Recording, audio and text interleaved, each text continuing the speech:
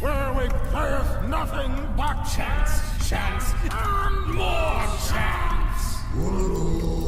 This are not thine elder matriarch, Stacey. Hello everyone. How's it going? I have been struggling with my camera settings for some reason because something happened where the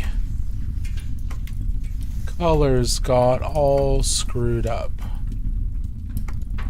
It's way too saturated. It's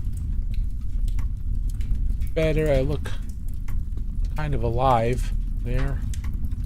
But why do I have to go to such extremes?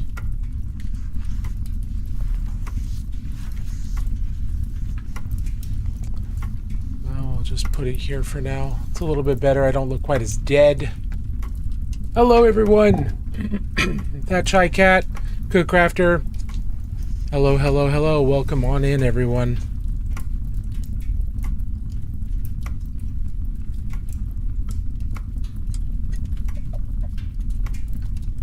So tonight's going to be the first night that we start work on a new Warcrow project, the War Augur, with his magic tome. And tonight's the first night we're also going to be breaking out the Golden Maple Kalinsky Sables and see how we feel about those. Yeah, Warcrow. Yes, indeedy.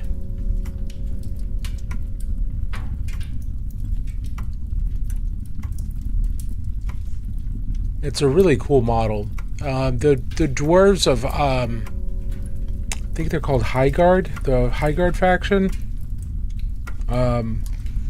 They're pretty cool. They use metal origami.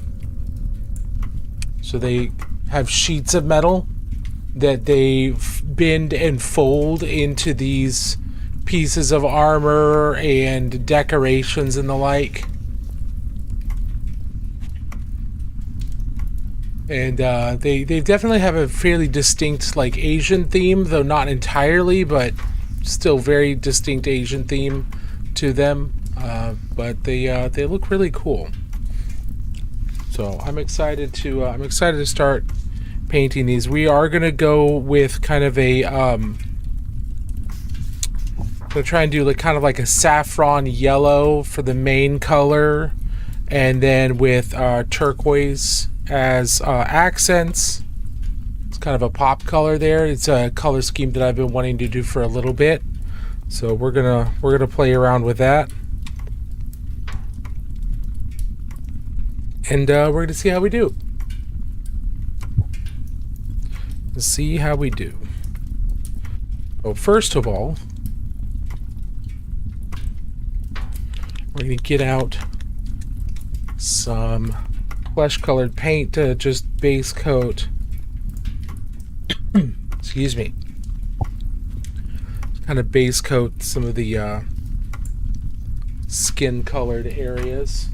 Let's see, I'm missing a color.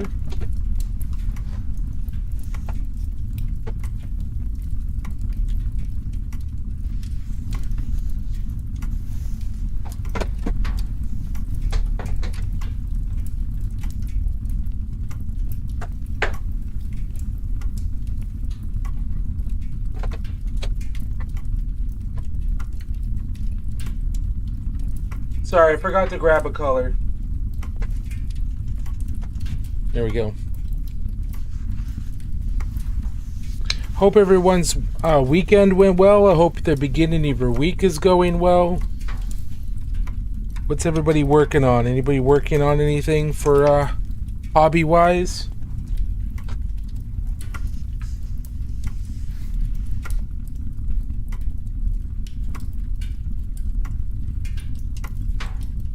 So we're going to just start out painting the skin areas with a really dark kind of wine red to start with the underpaint painting, the undercolor, and then we'll bring it up into a brighter skin tone later. But this is just kind of get nice deep dark shadows and also represent things like light shining through the skin, which is called subsurface scattering. Then also things like showing that there's, you know, muscle and things like that underneath the skin, because acrylic paints are fairly translucent. So you want to start this in. Now this will only inform and slightly influence the later layers of skin tones. So don't think that the final skin tone is going to be tinted this or strongly biased towards this color. It is going to be it's going to be pretty subtle towards the end, but we are going to start everything out, all the skin areas out with this. You can use other colors like Sanguine Base from P3 or Sanguine Shadow, I believe it's called now. You could use Mold Berry from Army Painter, Fanatic.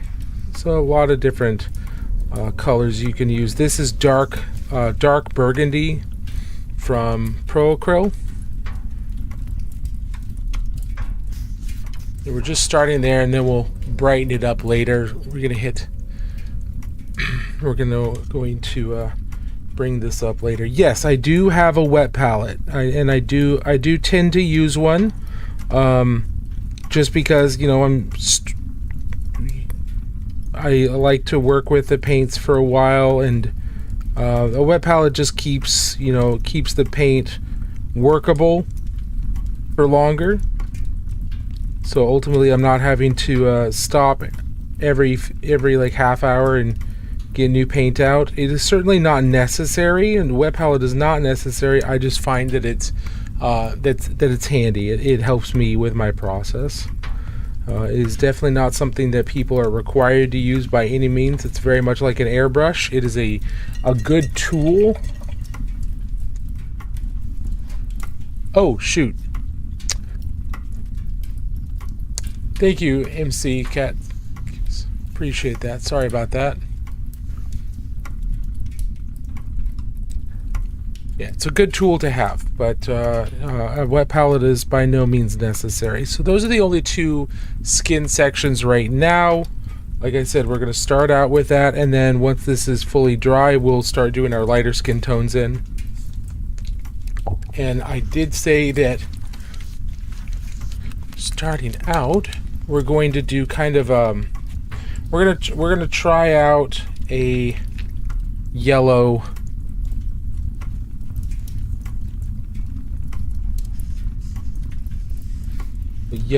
themed robe. Kind of go with kind of saffron yellow. See how that goes. See what we do. So that means the main color of the robe is going to be this darker yellow, and we may need to go a little bit darker than this just to get, we may have to go into like a more orangey yellow or something like that, but we'll see how this goes. Kind of depends on what the end product here is. But I will say the Army Painter Fanatic yellows do tend to cover better than other yellows, which is nice. It's still a fairly weak pigment, so we still have to use multiple layers of it. But we're going to be using multiple different yellows, working up into brighter yellows as we go, so that should be less of an issue. We don't have to do multiple coats of the exact same yellow a whole lot.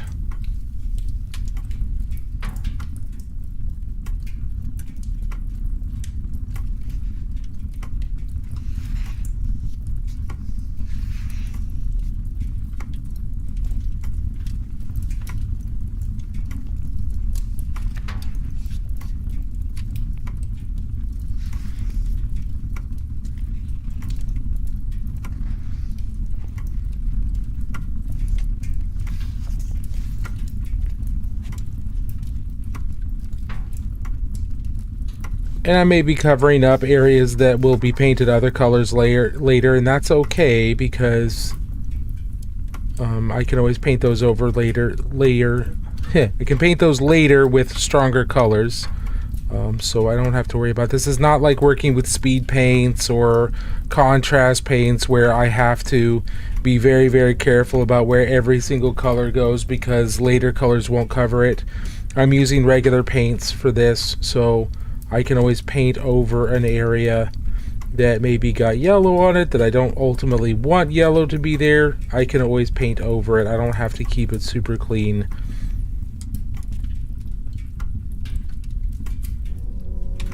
That is one of the unfortunate things about speed paints and contrast paints is, you know, if you make a mistake, then you kind of have to go back over that area with a primer or with a regular paint, because you can't go over that area with a different speed paint and alter the color, because speed paints and contrast paints are so incredibly transparent, they don't cover each other.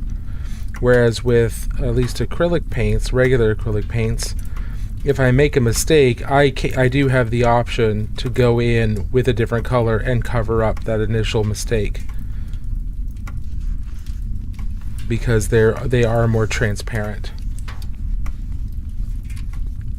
What brushes do I use? I typically use a bunch of different brushes. Right now, we're trying out the Golden Maple Kolinsky sables.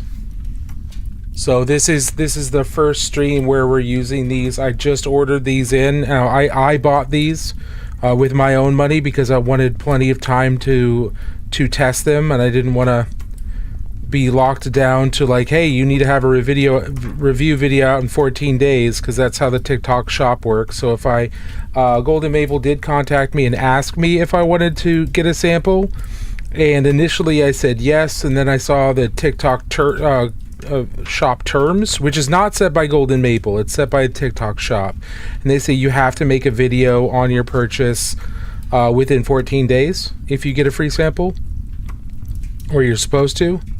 And I didn't want to be held to that, so I canceled my free sample and then just bought them, because I want to be able to take a couple months of painting with these and see how they initially feel, and then how they continue to feel as they are used more and more and more. Do they break down? Do they start shedding hairs? At what point do they start hooking? At what point do they start hooking? You know, I wanted to be able to use these over a few different projects. Now, usually I'm using really simple, quick, cheap brushes for 90% of my painting. I'll show you what one of those looks like. This is a very cheap golden Taklon brush. This one's been used up pretty easy, but it's a really cheap brush, and I use this for like these types of brushes for like 90% of my painting, and then I'll go to the sables and the fancy brushes for the final details, or if I'm really doing delicate work for like a competition or something, that's where I'll work on those. I'll use those brushes for that, but we're testing these out, so I'm going to use these as much as I can. I'm going to use the Golden Maples as much as I can for this testing.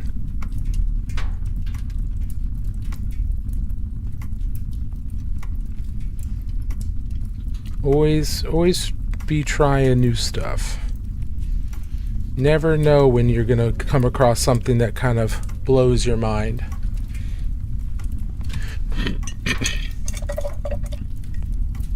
Is it worth investing in sable brushes, or is it not that much of a difference? When you're starting, I would say no, it's not worth it, because you're just learning muscle control and you're just learning paint dilution.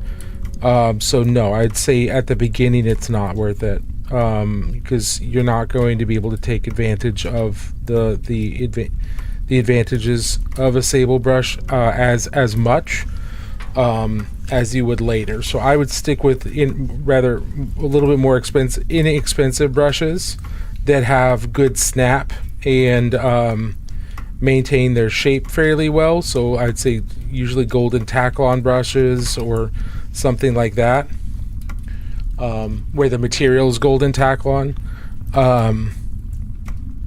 Then later, when you get into more delicate, delicate details, more delicate glazes and things like that, then the sables can start to be a lot more useful for you, because you've got a lot more precision with them, and you're not as likely to accidentally destroy the bristles by mishandling them, because you're used to, presumably you've worked with your brushes in the meantime, and you've done a good job of maintaining them and keeping them, keeping them from ruining the bristles. You're learning to wash your brushes and things like that. So learn that stuff on the cheaper brushes, and then later come in with your, try out expensive brushes later, once you've got more of a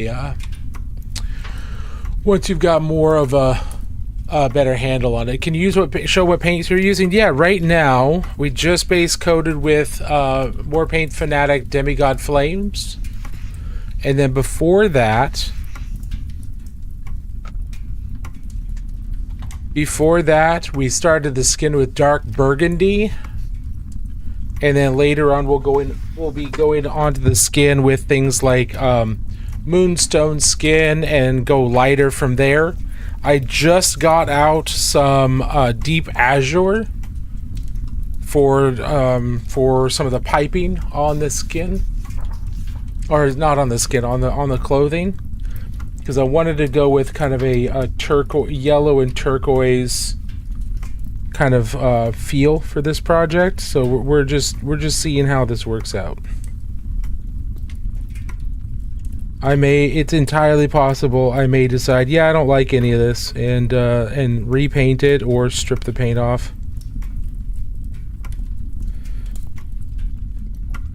But you see how I'm very deliberately making sure that I'm putting the paint exactly where I want it to be. That's a lot of practice, and that's a lot of practice with cheaper brushes. And then later on, because I've got the muscle memory from working with the cheaper brushes, I can do this much easier with better quality brushes, or higher quality brushes, and then I can take advantage of some of the advantages of a higher quality brush, i.e., things like better paint flow, bigger bellies for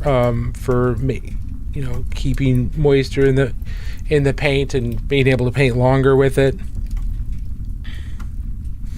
But when I was starting out, I wouldn't have been able to really take advantage of a lot of these advantages, because I'm still working so hard to get the paint exactly where I want it to be and get it to flow exactly where I want it to be, that I wouldn't have been able to take advantage of some of these better properties of the brush at that point. So that's why I don't typically recommend people start out with sables.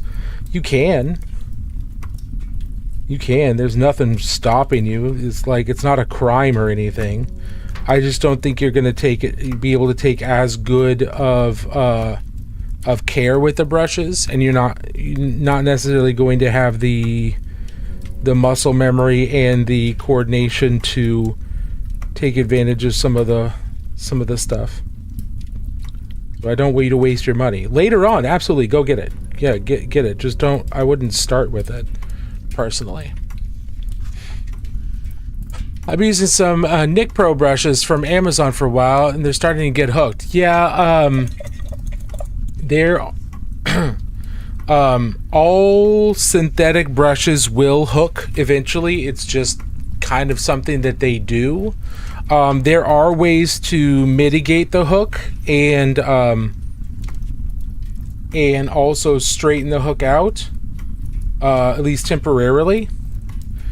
So there are some videos on YouTube on like straightening synthetic brushes, but generally you get some really hot water, and obviously be careful, but get some really hot water and dip the brush into the hot water for a few seconds, and then pull the brush out and then straighten out the bristles so that they So what you're doing is you're softening the nylon that the bristles are made of, and you're manually reshaping them back into a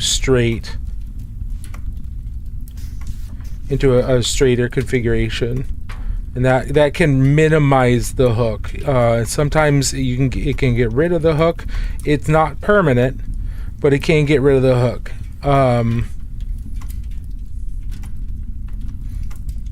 And eventually, you're just going to have to buy new brushes. And that's even true with sables. Eventually, you will have used the brush so much that it's lost all of the things that make it perform well, and you just need to replace it. Now, if you take good care of it, that could be years.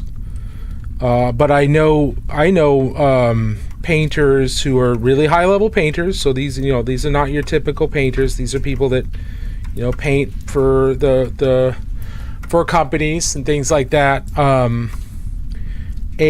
But they'll use one brush on a single miniature, and they've beaten that brush to heck on that one piece, that they replace the brush, and that brush painted one miniature, and it's done, and they get a brand new brush for the next piece. So you can get better brushes to last a long time,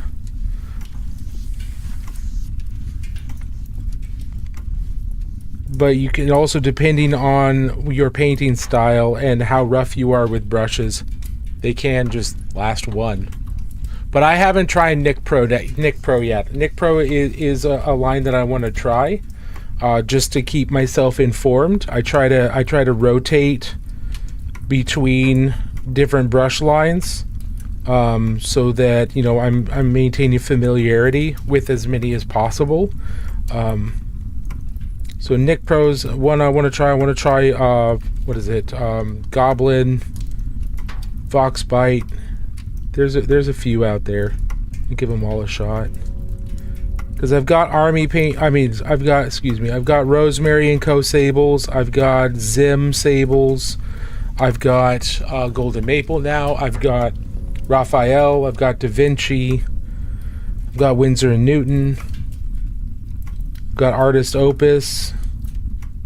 So I try lots of sables, and just try to keep them on a rotation. Now, eventually I'll probably just stop doing that, because eventually I think so many brush companies are going to be out there that it's just not going to be possible or practical for me to keep trying them and keep them on rotation. So eventually I'll just settle down into these are my favorites.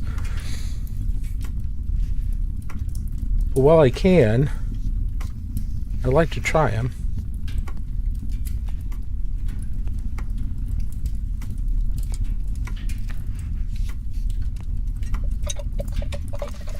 Had to scroll through 30 lives of absolute junk, but hey, finally found some interesting content. Oh, nice, Nova. Well, welcome on in. Thanks for being here.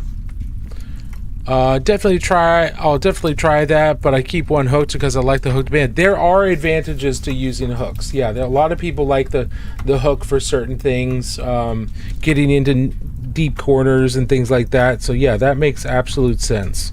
But you don't have to fix it. If it works for you, you don't have to do anything with it. Don't make me ruin brushes that you've finally gotten a state that you're used to. That's the most important thing. The most useful brush is the brush that you're used to, and that is in the state that you find that you're most comfortable with. And if that means that it's got a hook, well, that means it's got a hook. And if that's the most useful state for it to be in, then that's the state you should try and keep it in, right? That sounds excessive, but I'm a novice. Which part sounds excessive? Rotating through different brush types, or what are we talking about? The best tool is the one that you use. I would say the best tool is the one that you use comfortably. But ultimately, you know, the tools that you have are the ones that you're gonna have to use. So even if it's not the most comfortable, it's what you've got. But there is an element of, you know, good tools make the job easier, and bad tools make it harder. But it's also like, if you've got a bad tool but it does something in a way that works for you, I'm sorry, if you got quote unquote a bad tool, but it ultimately works for you, well, that's fine. That's good for you. I was talking about your peers who were using a brush for one single. Oh yeah, but like at the end of the of painting the mini, the brush was utterly destroyed. Like, it didn't look anything like this. It's all splayed out because they're really rough on the brushes. So just their painting style, they're pretty rough on it. They're not, you know, trying to be gentle or anything like that. So it just destroys the brush. I tend to be a little bit more gentle with the way that I paint. So that's the reason. They're not trying to be snooty or anything and say, no, I've only used this brush on a single miniature and I'll never use it for another one because pish posh, that's ridiculous. I'm no peasant. No, it's not that. I definitely made it sound like that, so I apologize. But no, it's not that. It's they destroy the brush. Like, the brush is barely usable for anything other than like spreading glue at the end when they're done, by the time they're done with it.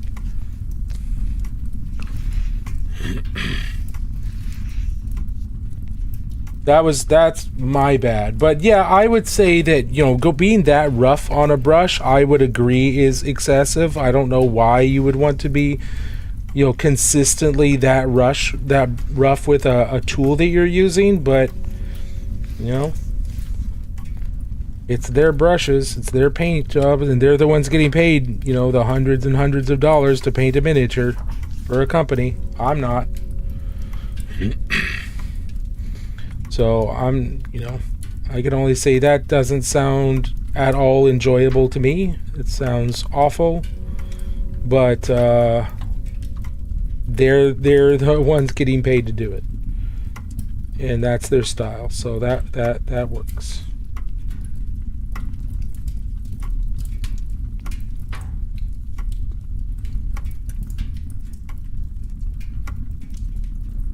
But yeah, I take your point. Absolutely.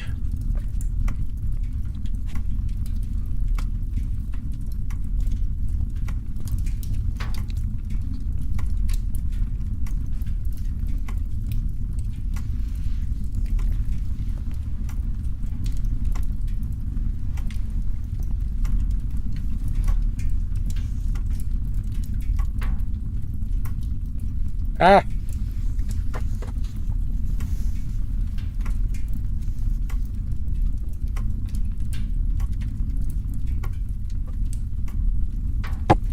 I dropped my brush. I use them a lot for chaos trim to avoid hitting the flat panel. Yeah, absolutely. I can see that. Okay. I need to check on something. War Crow.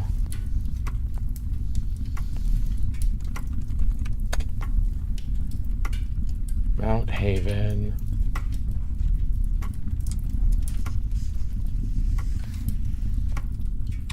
I want to see canonically what colors they're using for their metals and the like. Okay, so they are using kind of a steel color, and they're using steel and gold. Okay, that's fine. That's what I am prepared to do. It is kind of an orange. Oh, there's different shades of it. There's some of people are painted orangey, some people are painted more yellow, some are kind of in between. Cool. Okay, lots of brass, lots of jade. Okay. Ooh, excuse me.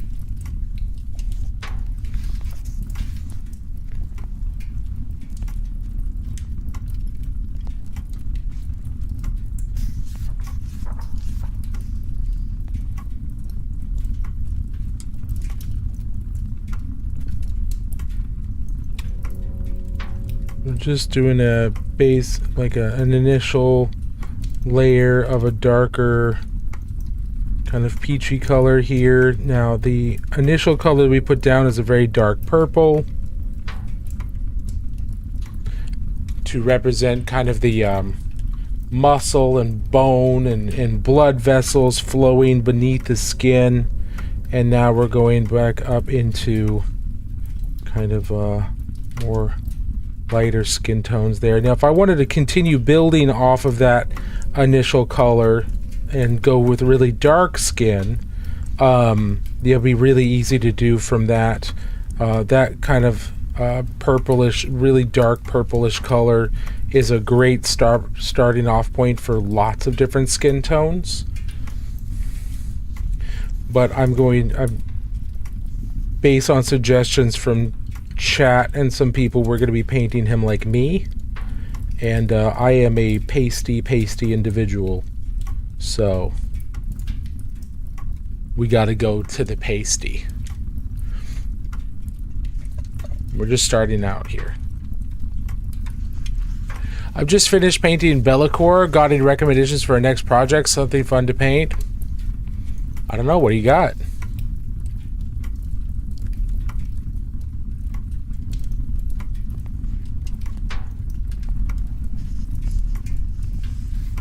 Do you have anything sitting in the wings that has been waiting for paint?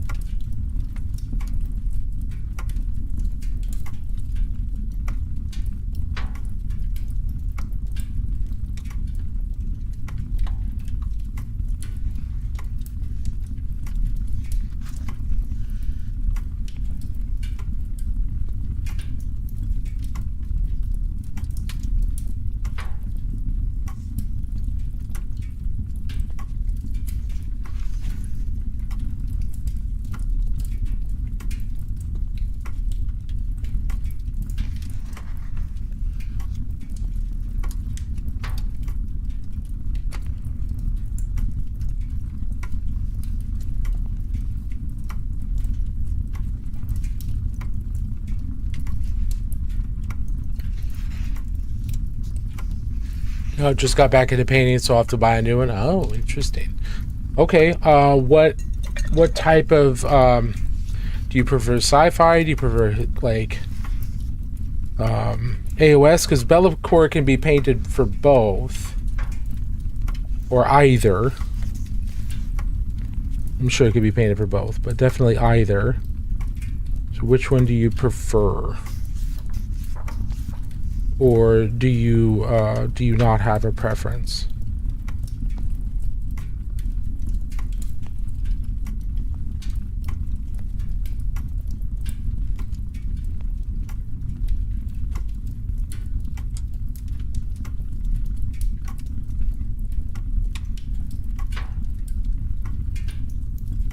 Doesn't bother me. I'm just getting into the painting side of the hobby, and I like painting. Nice. Excellent. Well, then I would say based on my preferences of just models that look like they're going to be fun to paint and they're interesting.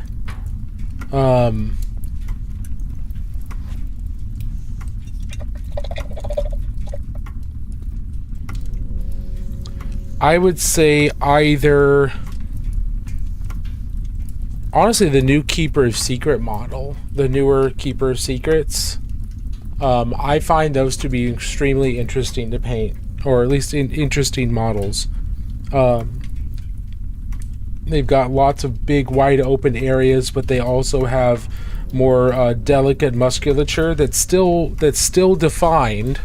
So you can work on a little bit more of subtle shading and highlighting for muscle groups, so they're not quite as because Bellicor's obviously got really strong muscle groupings, very easy to paint, very, very open, and what's the word I'm looking for? Very defined muscle groups, whereas the Keeper's Secrets has wonderfully open areas with some really cool detail, but also much less defined muscle groups, but they're still there.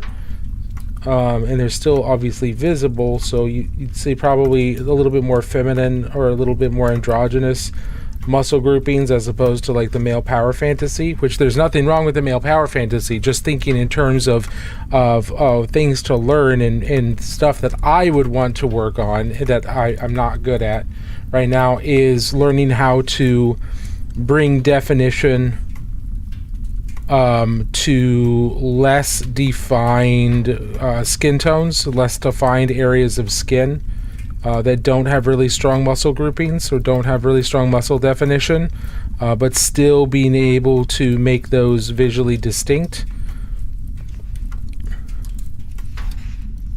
I would probably do that.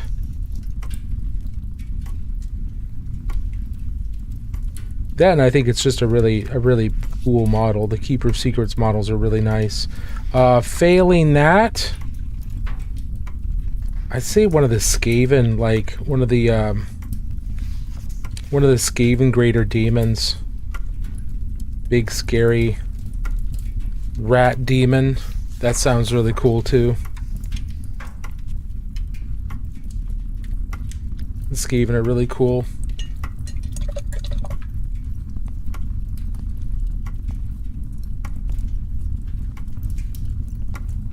Who says cheers for the recommendation? Absolutely, you're welcome.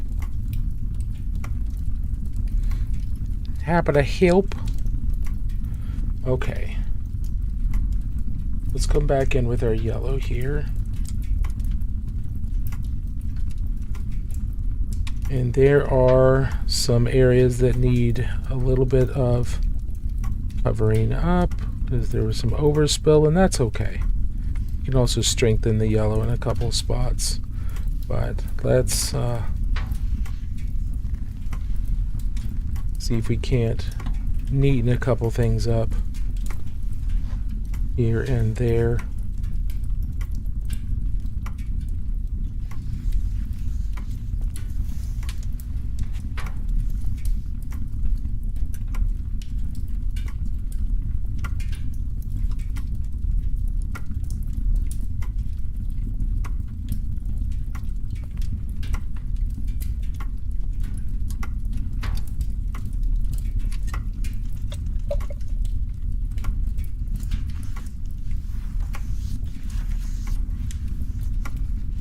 Now I'm going to make a decision here that I want the inner layers here to be this teal. You want the out, just like on the legs, because on the legs you notice we've got the outer layer here being this kind of this yellow, and then on the inside we went with the teal. I'm going to do the same thing here with all the different layers of cloth that he has.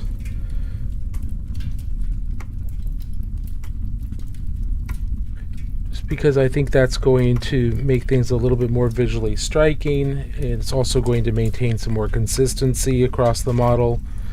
And I like the way this teal looks against the yellow.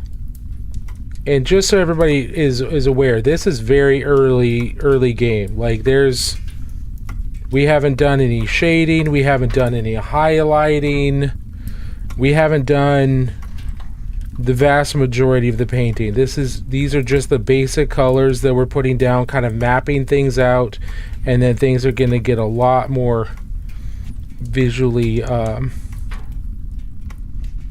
interesting later on once we start doing the actual highlighting and mid-tones and working into deeper shadows and things like that. So we're at beginning stages.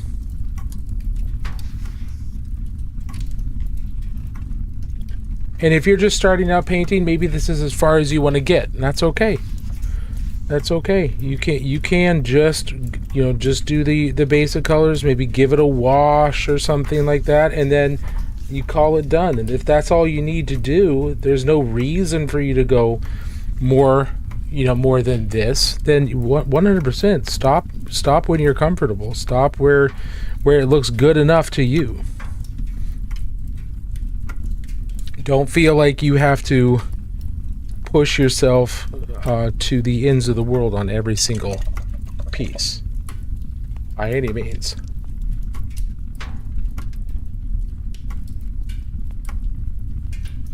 Let's see.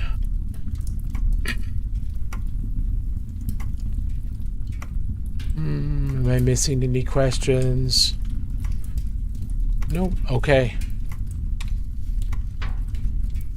Okay. If anybody has any questions, please don't hesitate to ask. I'm happy to answer.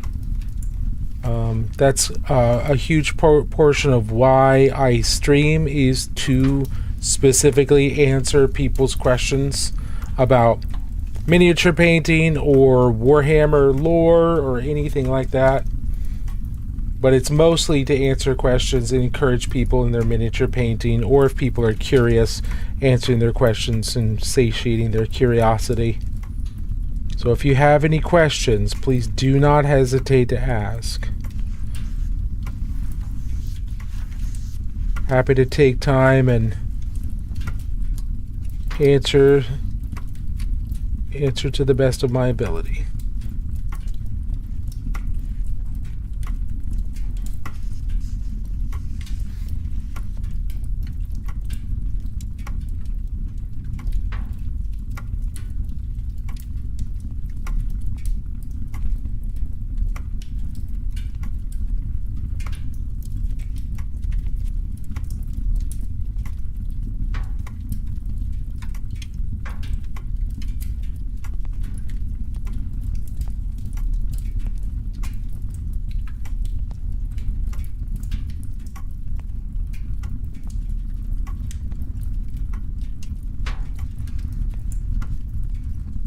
Okay. So next thing we're going to do is I'm going to get brighter skin tone.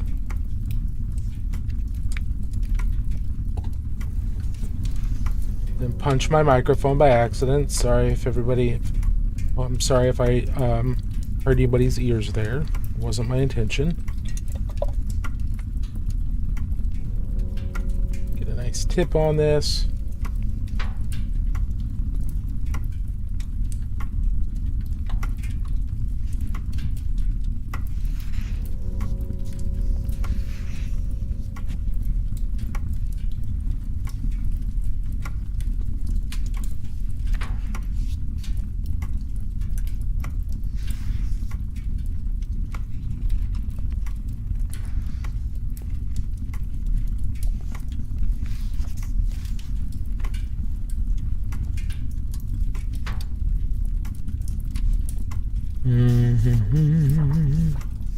I'm just going lighter with the skin tone here, because again, this is going to be painted up like me, and I am pale AF. I work very hard on my pale.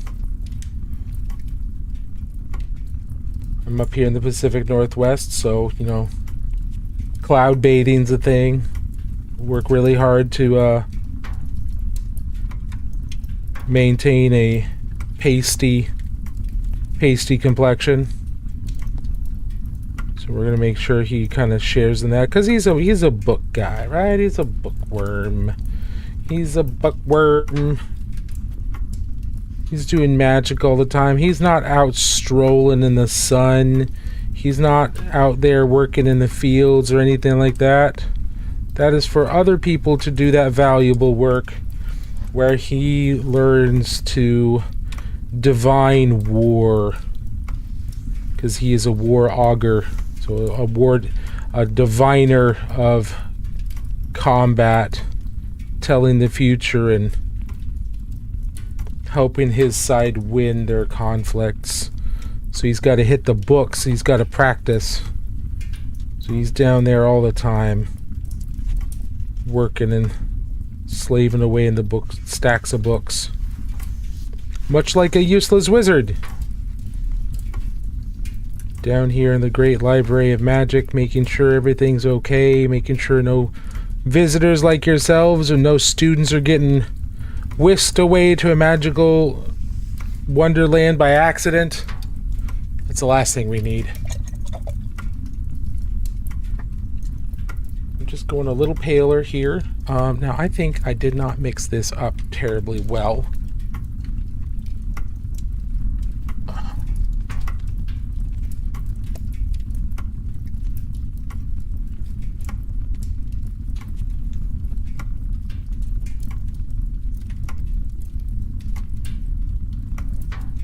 Excuse me. Mix this up well.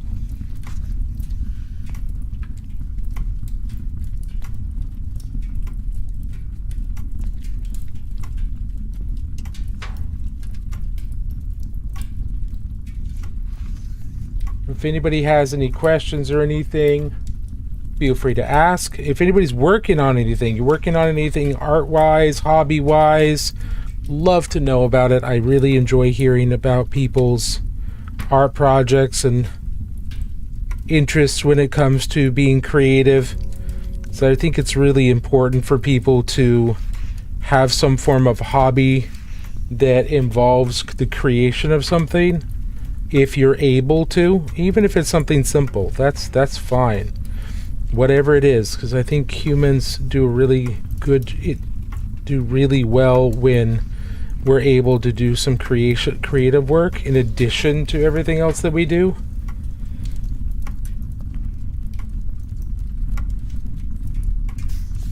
So if there's anything that you're working on, I'd love to hear about it. Whether it's music, whether it's art, whether it's fiber, whether you're just writing a book or reading. Reading, I think, is also incredibly good. I go through lots of books. I read quite a bit.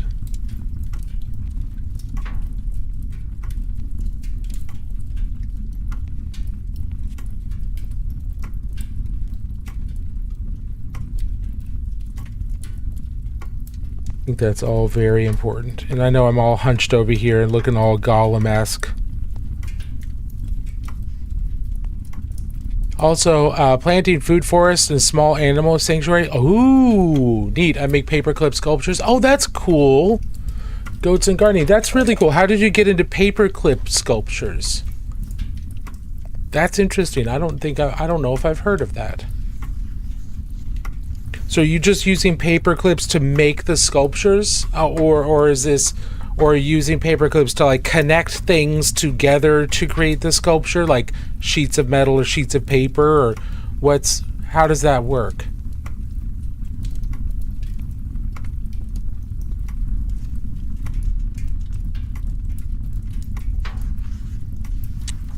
As a bank teller, straighten out a clip, wind it up to make a figure. Oh, that's cool. Huh. That's really cool. I like that.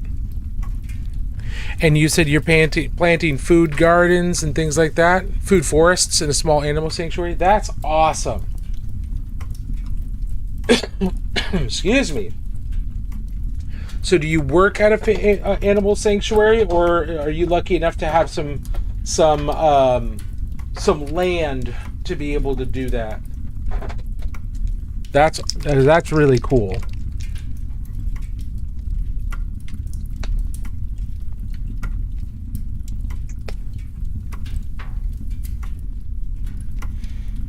It's my family's small goat sanctuary. Oh, that's adorable. When I was at Adepticon last March, which is a gaming convention in Milwaukee, Wisconsin.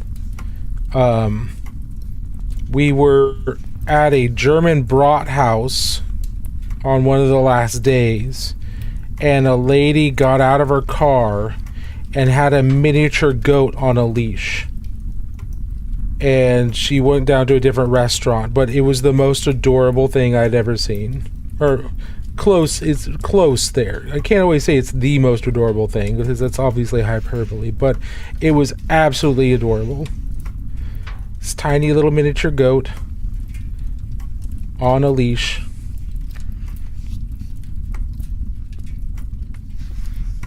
It was very, very cute.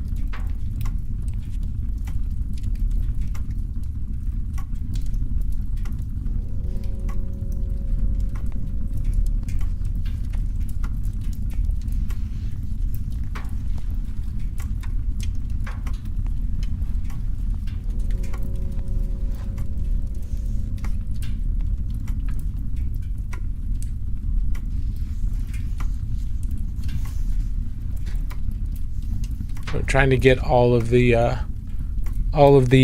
beard sections here and get those all covered in this very nice mahogany color here that I use as a starting paint place for kind of deeper red hair. My goat Peanut is pretty small. Aww. Made a paperclip mech, has 20 points of articulation, sword and shield. Wow, that's crazy. Took 6 months. I'll bet that did. Jeez, that's cool. I'd never even heard of that.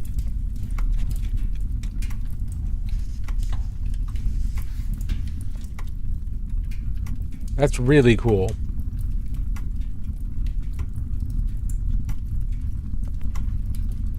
Okay.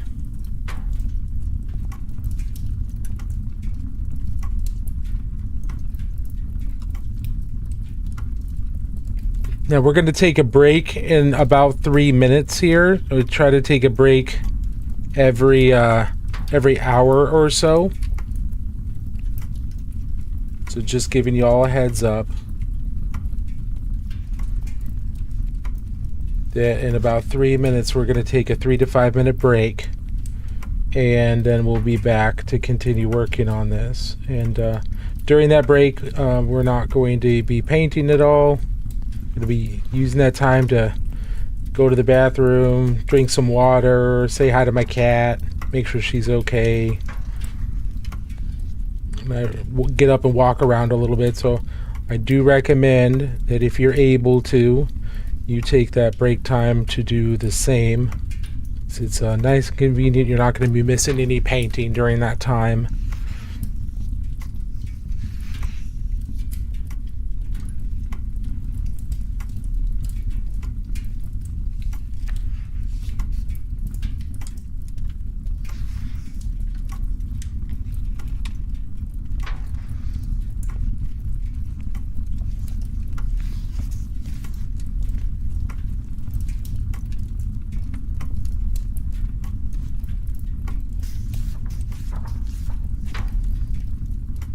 Now this is getting very, very bright, so we'll probably have to knock this back a little bit, and that's okay. A lot of miniature painting is about going back and forth, trying something out and saying, yeah, that's way too bright, and then going back in and knocking things back, blending things out, and that's what we'll have to do here. This is probably a little too bright, and that's okay.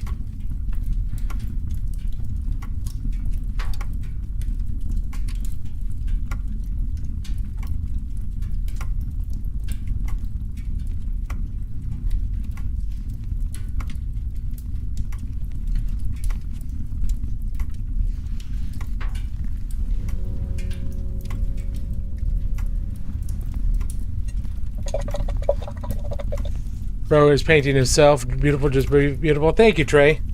That is the idea. That it's kind of gonna be me.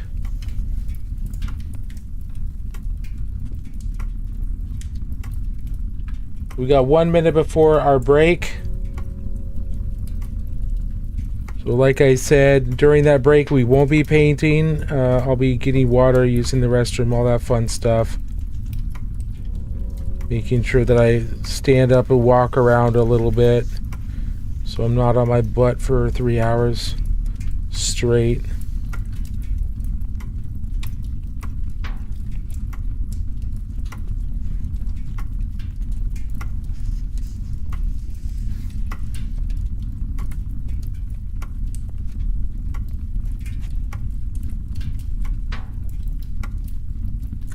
Okay.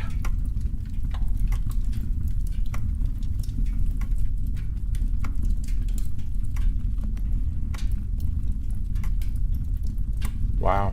Wow, Romans, that's crazy. Medium rare steak? Sure. All right.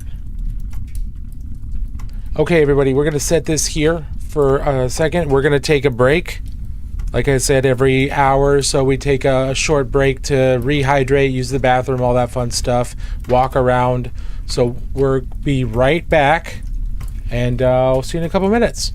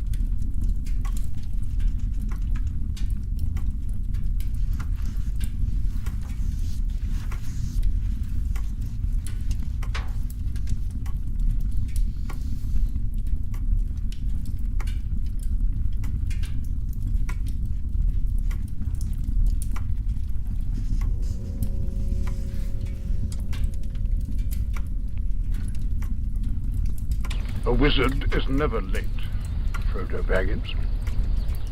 Nor is he early. He arrives precisely when he means to.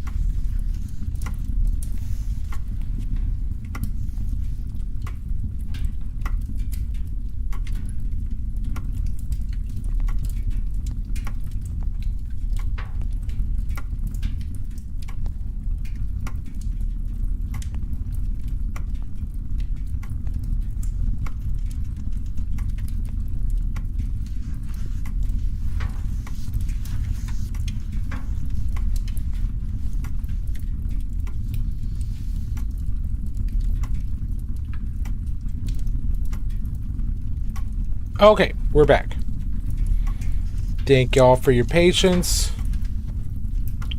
Got myself some agua. Hey, painting to scale. Oh, I'm so sorry. I wasn't here.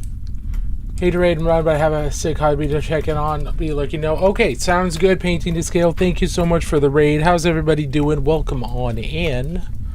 We just got back from a really quick break that we usually take like every hour or so. So welcome on in. Happy to have you here. Hope you're doing great.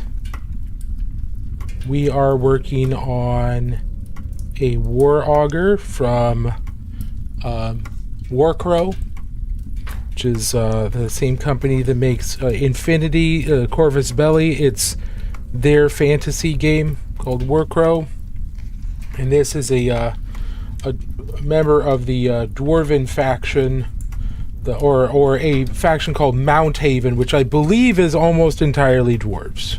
I haven't seen any non-dwarves in the artwork for Mordheim. So, picked this miniature up at Adepticurn, and I've been wanting to paint him for a little while. So I've made him the next project we're doing. Also using this project as an opportunity to test out Golden Maple's Kolinsky Sable brushes. So far, so good. So far, so good.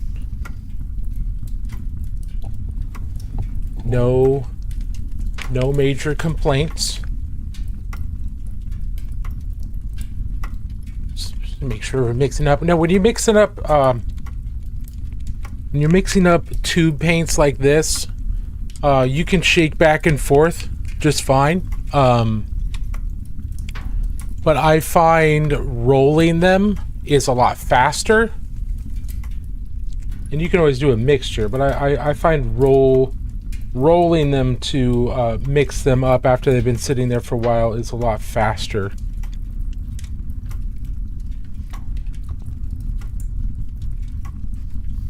Well, whatever works best for you. I'm going to go a little of a brighter yellow here.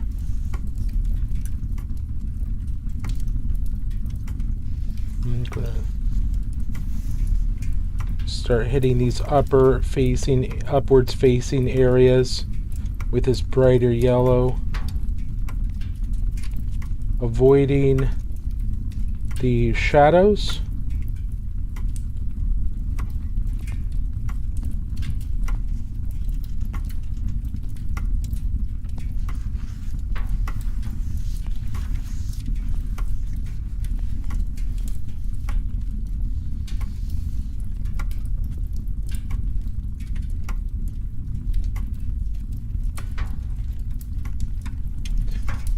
So right now I'm looking at the shadows. A lot of these folds are like this. So we're having the sun come down like this in the casting, or coming even straight down, and it's casting the shadows underneath here on each one of these folds. So when you've got clothing that has a lot of prominent folds in it, it's really helpful for you to decide which direction the light's coming from, and then when you're painting, make sure you're shielding your darkest colors to create those shadows, that shadow effect. And you can come back in later and enhance that shadow effect with, darker colors. That's probably something we'll be doing.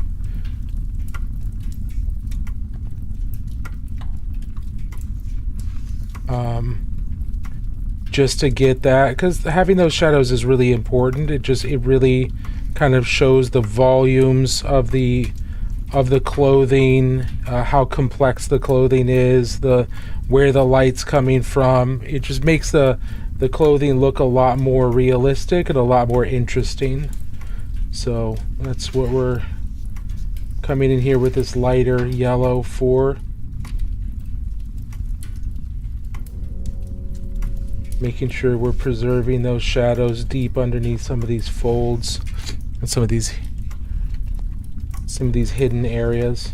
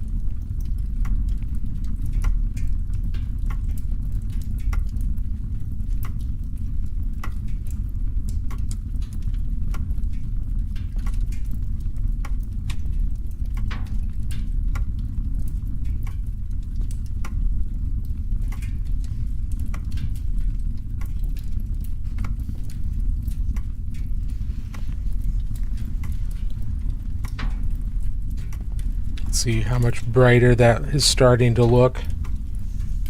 We've got multiple levels of yellow that we're going to go brighter, and this is the brighter we go, the more contrast we have, the more visually interesting this whole thing's going to appear. Because right now, again, it's fine. Like this is fine. This is decent to have on the table.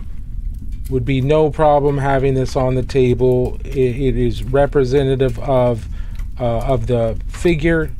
It looks fine. It's got basic colors on it. This is good enough, right? And if that's how you want to paint it and just get them on the table, whether it's for an RPG or whether it's for the for wargaming, that's great. I want to push it farther because that's just kind of what I prefer. And it's kind of my thing, because painting's kind of my thing, the thing that I really enjoy. So I'm going to push it farther. But if you don't want to, you don't have to.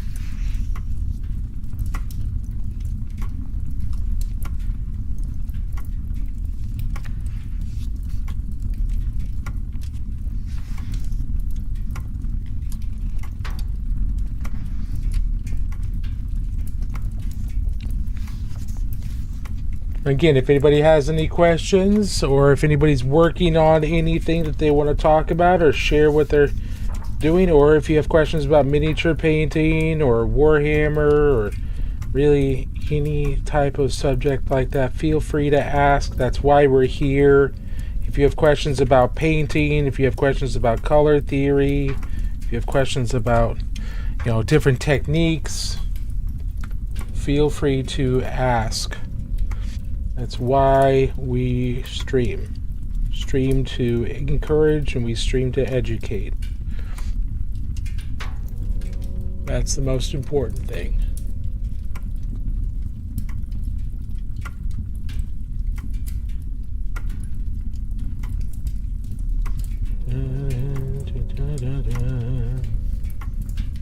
I just found out that the anime that I've been watching is the anime that I just started and binged the first 8 episodes only has a first season, and that first season was all 8 episodes. So I binged the first season of an anime that I was really enjoying, and now I have no idea if another season's coming out. Because it didn't like leave on a cliffhanger or any kind of really clear hey, this is the next crisis, because they haven't even overcome the first crisis. Like the first major challenge, they really haven't overcome that yet. And it's just like, what do you mean season 1's over already? So I'm hoping that they'll continue and do another season, but who knows how long that's going to take. And it was really interesting. I enjoyed it. I like those types of animes where people are brought into a fantasy world with their human, like their real life, more advanced knowledge, and they start applying that to the day that they find themselves in. I started another series on the recommendation of, I think it was Pikmin Horror here in the stream. Something Bookworm, where this girl loves books, adores books, but then a natural disaster happens and she's reborn in another world after she died in this natural disaster, and she's born into this really super poor peasant family in a society well before the advent of the printing press. So like there are no books, and she's just obsessively learning and trying to make her own books and learn to read, and because it's a different, if it's a different language and everything, she can speak it automatically because of the rebirth, but she can't read it. And so she's learning all that, and it's been really enjoyable. It's kind of not high drama, not high stakes by any means. It's very low stakes. I enjoy those. I like good high drama story every now and then, no problem. But sometimes I just want to relax, right? How do you keep your hands so steady when doing small details? That's a great question. So there's a couple different ways that's done, Titos. The first is I keep my elbows locked into my ribs, so my arms are down by my sides, and what that does is that prevents the elbows from floating around and then causing movement everywhere else. So I've just tucked those in, and I just have a relaxed posture with them into my sides, and then my hands are touching each other. Either my fingers are touching each other, or pinkies are touching each other, or both of my hands are touching each other at all times. And what that does is it causes them to both, lock together into a single unit rather than them floating independently. And so if they're floating independently, it's really hard to coordinate both of them. But if I'm touching them, now they're both going to steady each other. So that removes some additional movement. Last thing is I put my wrists on my desk. So I'm isolating as much movement as possible by locking in my elbows and then also touching my hands together. And then I'm also resting my hands on my desk. That way I'm not constantly struggling to, hold my arms up and using my muscles to keep, not only to raise the miniature above my desk, but also keep it steady, which is going to put double strain on the muscles. And I don't care how in shape you are, eventually your muscles are going to start shaking.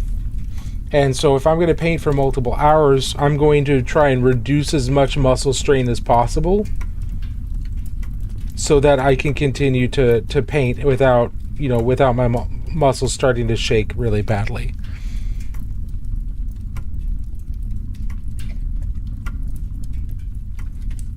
Hopefully that answers your question, at least to a decent extent. If anybody else has any questions, don't hesitate to ask.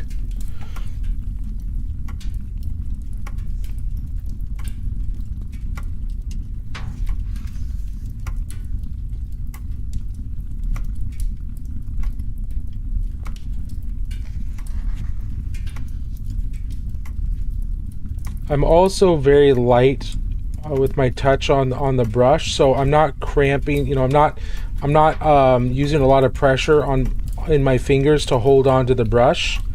I'm being very light with my grip on the brush, and the lighter your grip is, the less tension there is in your muscles.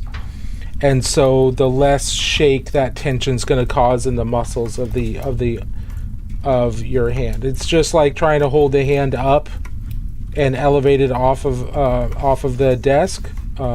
If you've got lots of tension in your hands, it's very easy for your muscles to start shaking. And so then, once your muscles start shaking, you're gonna have a hard time keeping your hands steady. Try and mix that up a little bit more.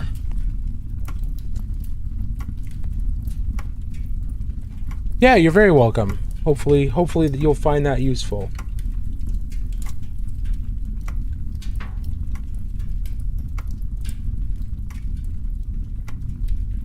So we're going to go over these blue sections again. They've turned very, very green because, again, paint is translucent, so the yellow's showing through quite a bit. So we're going to do another layer of our blue-green here. And just get that to be a little bit more of a solid blue-green rather than just a greenish blue. Might take a couple layers, and that's okay. And then we can start working on layering up brighter and brighter colors in the blue-green.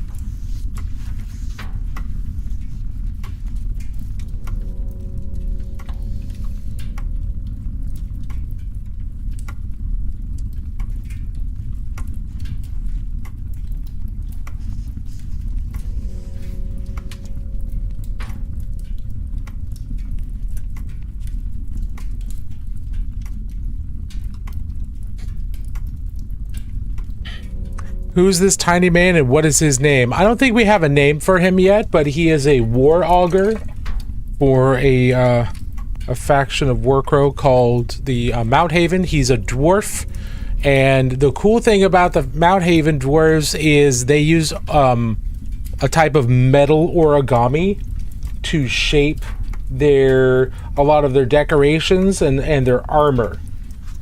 So you notice there's a lot of origami style shapes on them, and that's because those are folded metal sheets that they have folded again and again and again and again to form their armor and also their decorations. So they've got a different way of expressing their love and mastery of metal than a lot of other dwarves.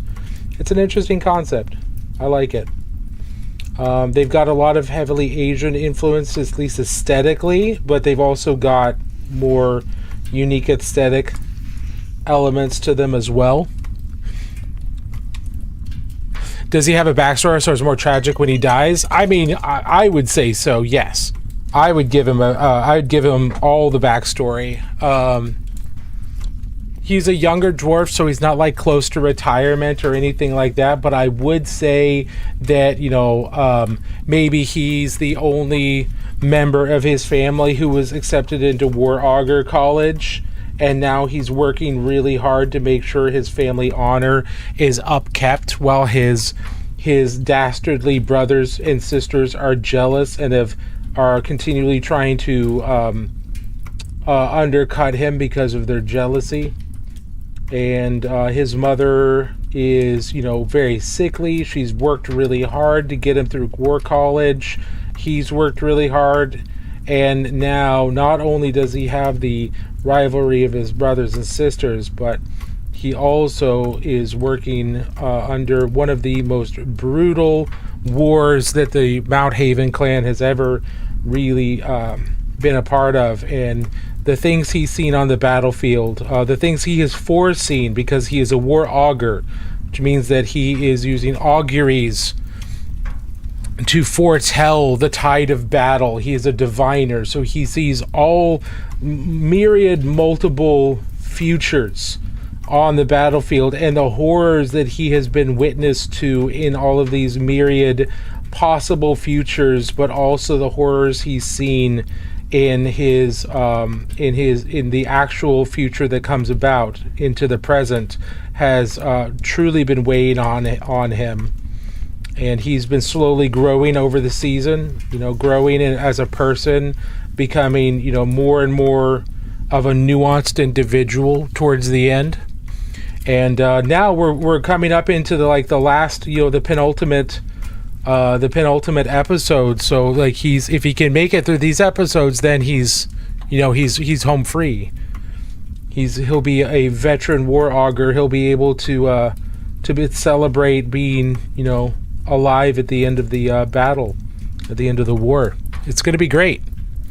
He'll be able to see his mom again. Maybe he'll get the respect of his brothers and sisters because maybe he saves their life. Who knows? But all we know is it's going to be great, and he's gonna live happily ever after, right? Right?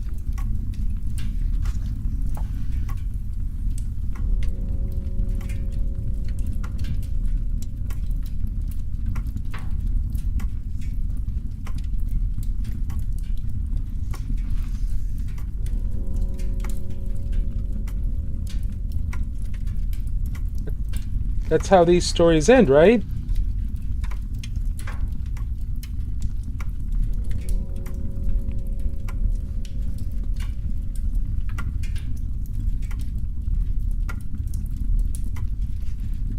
Country boy does good and saves the day, right?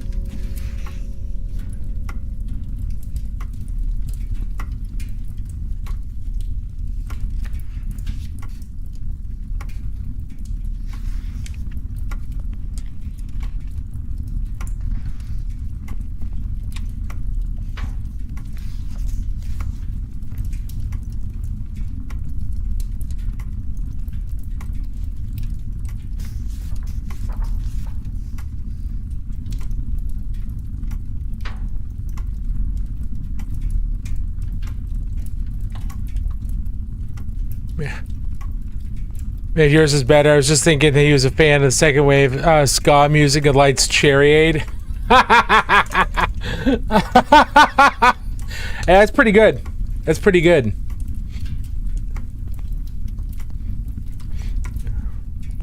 That's pretty good.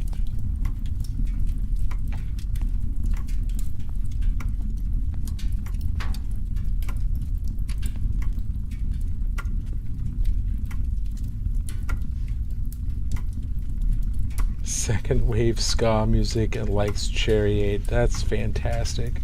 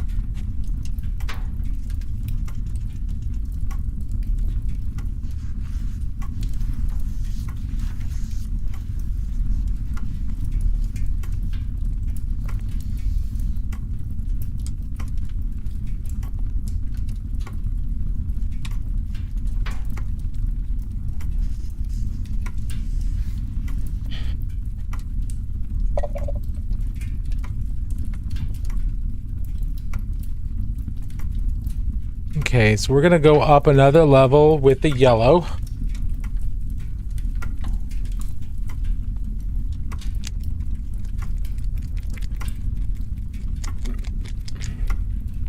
Oh, Titos, I don't know if you're still here, but I just saw your gifts. Thank you very much for the gifts, and thank you all for the likes over on the TikToks. Appreciate it. The more likes we get, the more people see the stream, so it's always appreciated. Never expected, never required, but always appreciated. This is a very intense yellow, so we're going to keep this pretty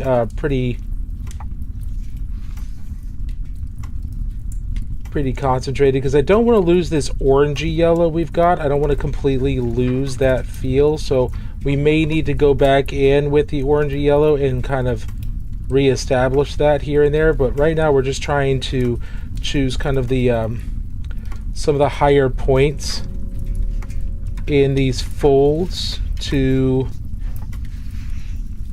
bring out the yellow more, but I definitely liked kind of orangier yellow, kind of the more saffrony yellow that we've got going on with these. I don't want them to be like a high vis high vis yellow or anything like that, but I also want his clothing to have the proper highlights and act on the highlights properly.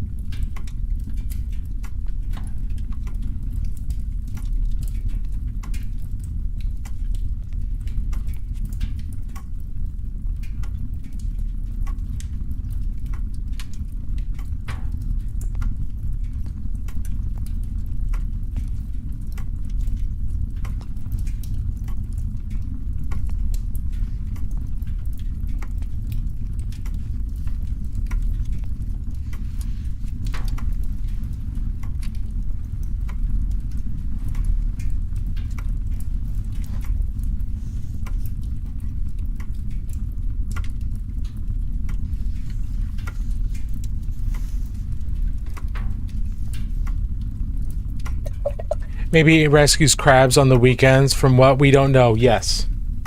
I like that. I like that bit of lore. That's a great piece of lore.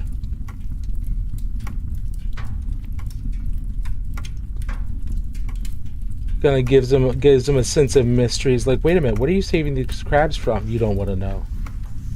It's better if you don't know for now. Just understand that right now, when I rescue those crabs, they are grateful. They go on to live happy, productive lives in Crabtopia. But you don't want to know the type of horror they deal with on a day-to-day basis. I will save you from that. The horrors of war are bad enough. You don't need to know the horrors of a crab's life as well.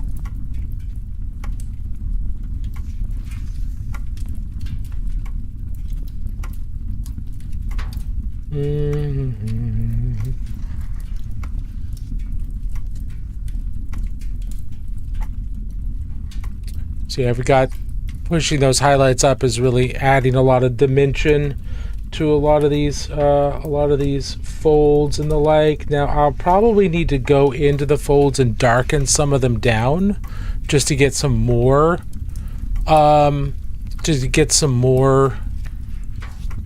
contrast there, but it's probably not super necessary yet. We'll see once we do the last yellow highlight that I'm planning on doing.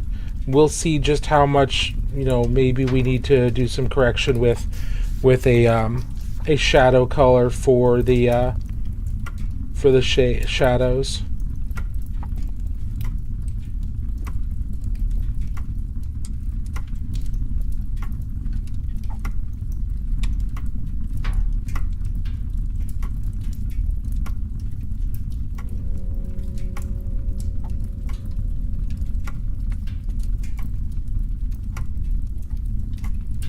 Okay, we're gonna grab some space dust.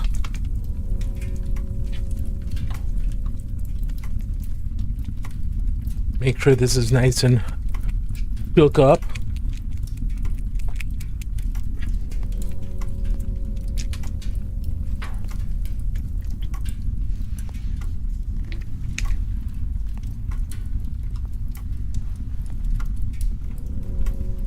Now when you see me put my brush in my mouth, it's after I've just rinsed the brush off, so there's never any paint on my brush when I put it in my mouth. You should not actually eat paint. Should not be putting a brush with paint on it in your mouth. I will never recommend that. But it is a bad habit of mine to reshape the tip of a brush with my lips. The habit that has been built is started using when I was 15 and been continuous for 26 years, so it's a very difficult habit to break.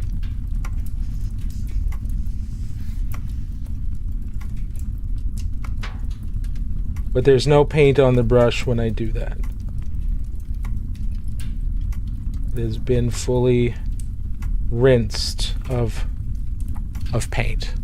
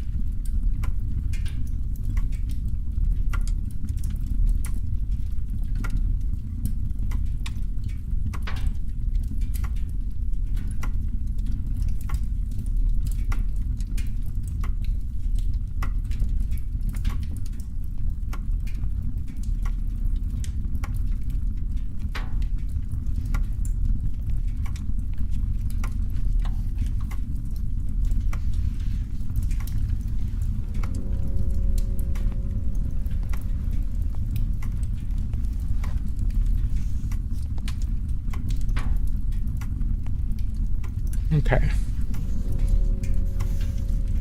So what I'm going to do now is I'm going to take our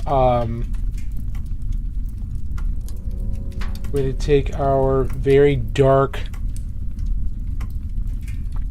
mahogany. I'm going to take mahogany here, which is what we used for the beard, because it's a red. And I'm going to take in our initial yellow, and I'm going to darken that down a little bit. I'm going to mix these. So I'm using colors that are already exist on the model. And I'm going to make a darker, much darker, warmer yellow. And then in a lot of these really dark areas, these darker shadows with the deeper folds, I'm just going to enhance those folds, because right now they're kind of like really plain, and they've got some greenish to them, which is kind of boring. I got one off camera there. So we're going to go in with this kind of reddish yellow, and we're going to just in some of these,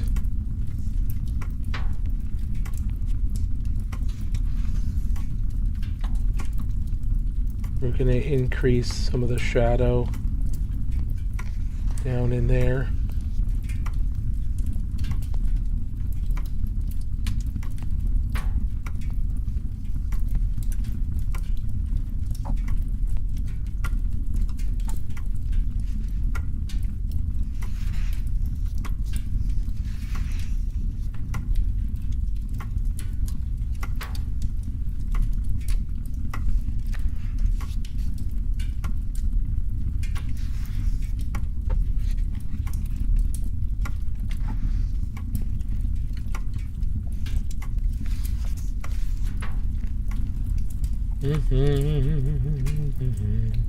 Oh, I am planning on doing the community showcase on Wednesday, or sorry, not a Wednesday.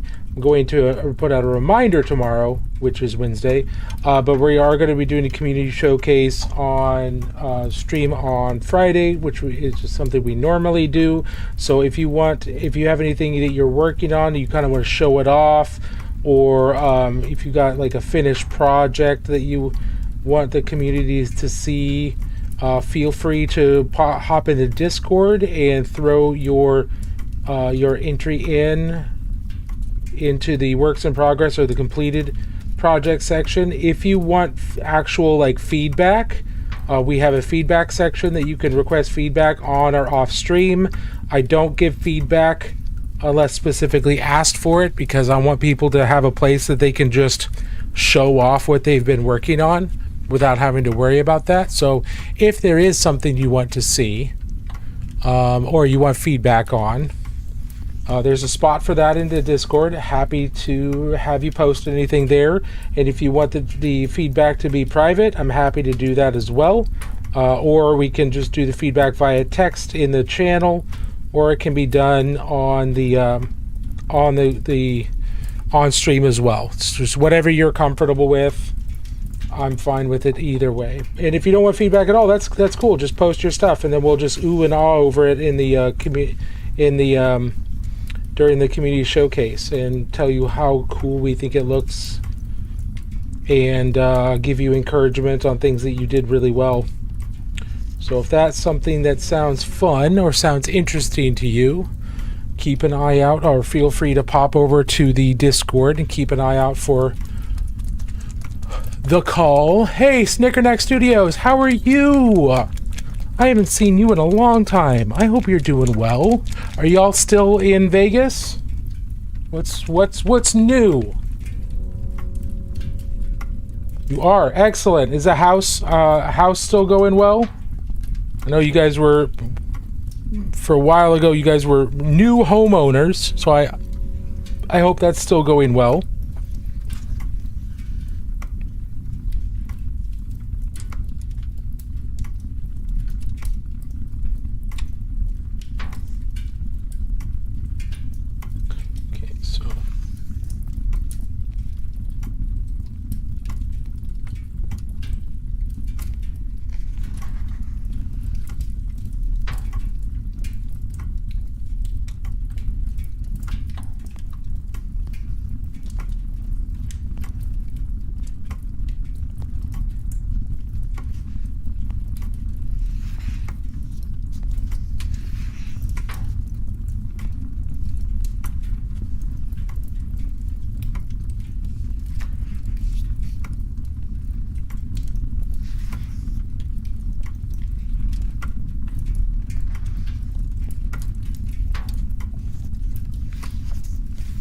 Almost just isn't all that it's cracked up to be. Went to grad school, and Clint has some health stuff come up. Oh, I'm sorry to hear that, but congratulations on grad school. That's fantastic.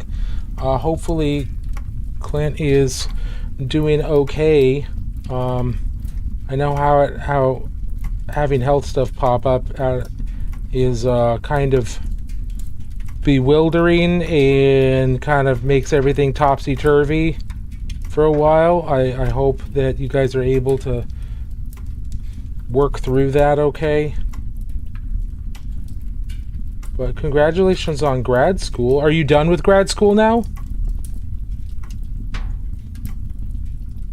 Or are you still working through that? Because I know that can take a couple of years.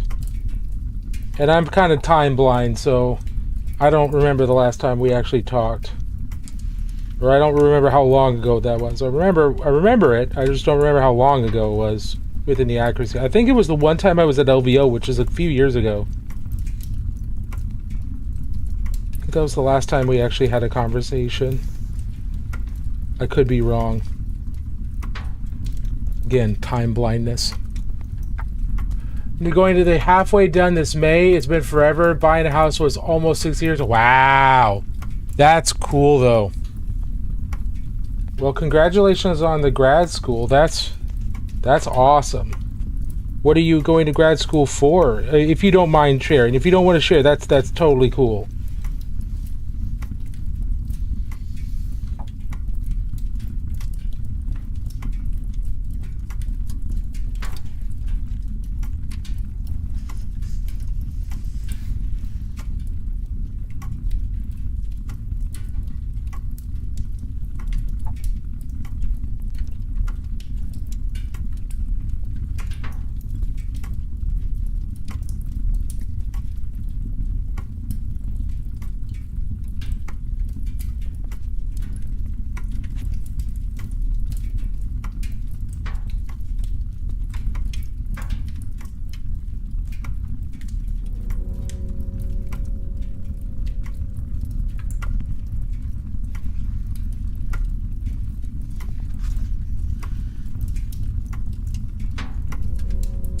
Social worker to become a licensed clinical social worker, aka therapist. Awesome.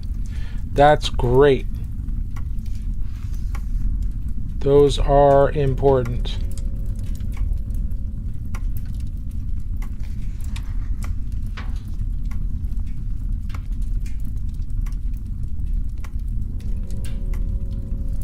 Is Clint still managing the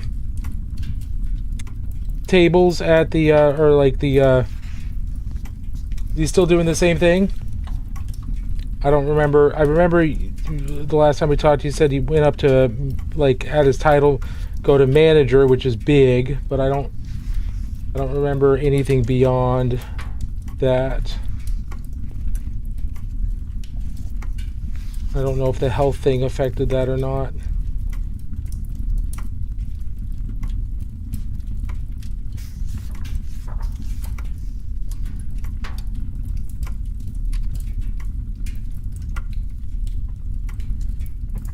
So watching people from the sky, managing people, you have a great memory. Good. Well, yeah, I just wanted to...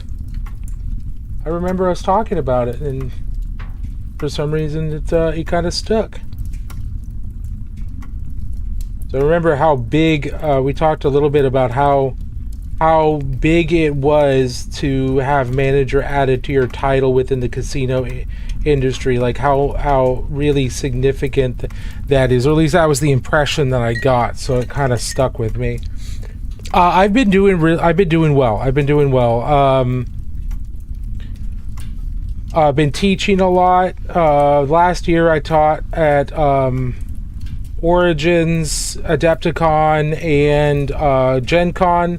This year I taught at Adepticon. I'm teaching at Origins. I'm not teaching at Gen Con because I'm not going this year because it's a lot of money to go, and yeah, you can make a lot of money teaching there, but it's just like, it's a lot. Work, my day job is going well. Streaming's going okay. I think streaming's going fairly well. Still, I don't do this for a living. I'm not even trying to do this for a living by any means. Just trying to continue to improve my painting, improve my skills, and then help as many people as possible, which is the main reason I stream anymore, is to teach and encourage, and then I get to teach at local conventions as well. I'm going to be doing a local class here soon. Probably just before Origins. I'll be teaching a class on painting in the laser sorcery style, which is think like He-Man and the Masters of the Universe and Thundercats and certain comic book artists in like Dark Horse Presents and things like that. So lots of solid colors with value ranges, but no hue variation.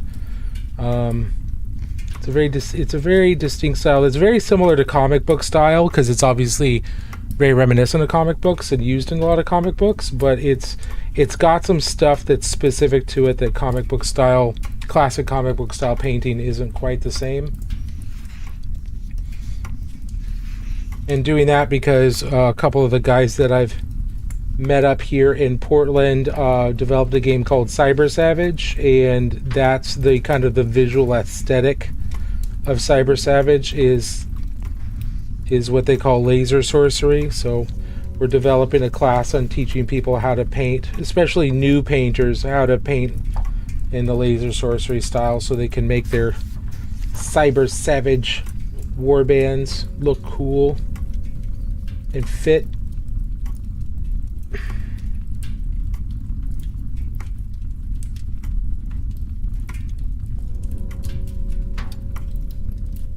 But beyond that, my cat's doing well. I don't know if you knew that I got a cat. Her name is Callie. She's adorable. Yeah, you did make a lateral motor regular manager. Yeah. Gen Con is a monster. Yeah. Glad to see you still painting. We haven't touched the brush in a while. That's okay. That's all right. I know life gets in the way, and then sometimes we just get burnt out. That is a-okay. Nothing wrong with that at all. Gotta handle real life. Real life is more important. Yeah, kitty. Kitty, kitty, kitty.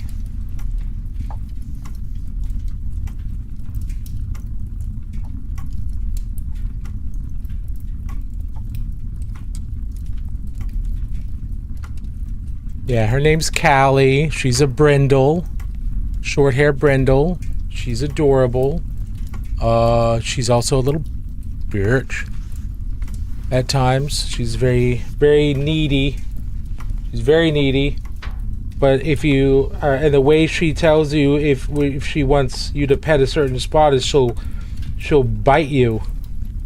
Or if she wants you to not stop petting, like you stop, she'll grab you with her teeth and give you a little love bite.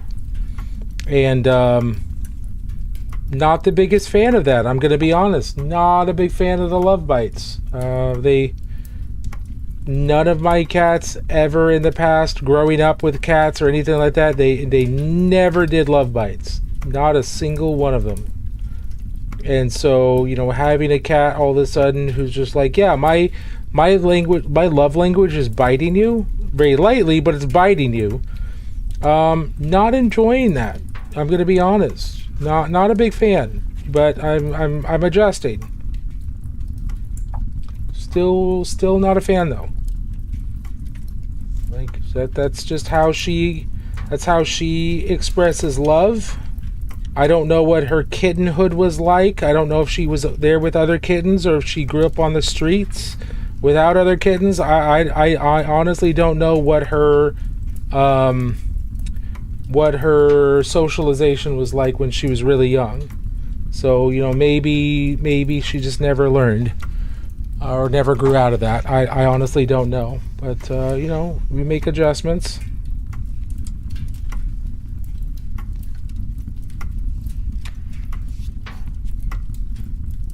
Your last cat did that? Yeah. You need pics?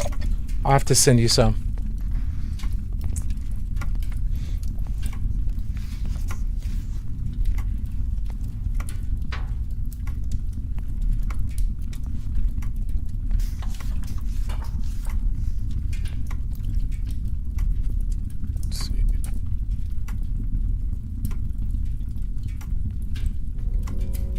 I like the direction this is going, especially with the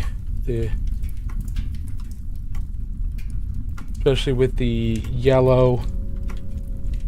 Ooh. Especially with the yellow and the kind of the turquoise blue green. I like that direction quite a bit.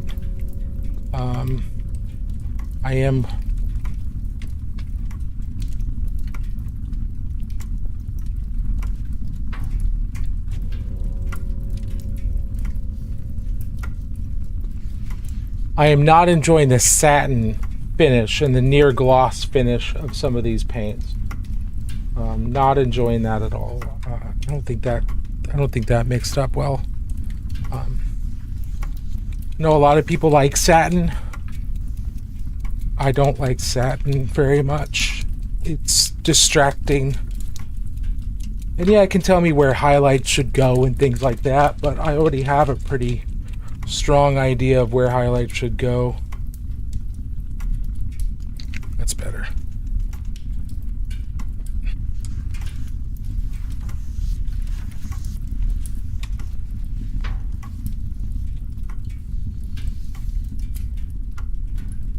So maybe it's just satin's just not for me. And that's okay. It doesn't have to be. I can just deal with it and then, matte varnish it later. Or if I really need to, I can matte varnish it part of the way through. That is also a possibility.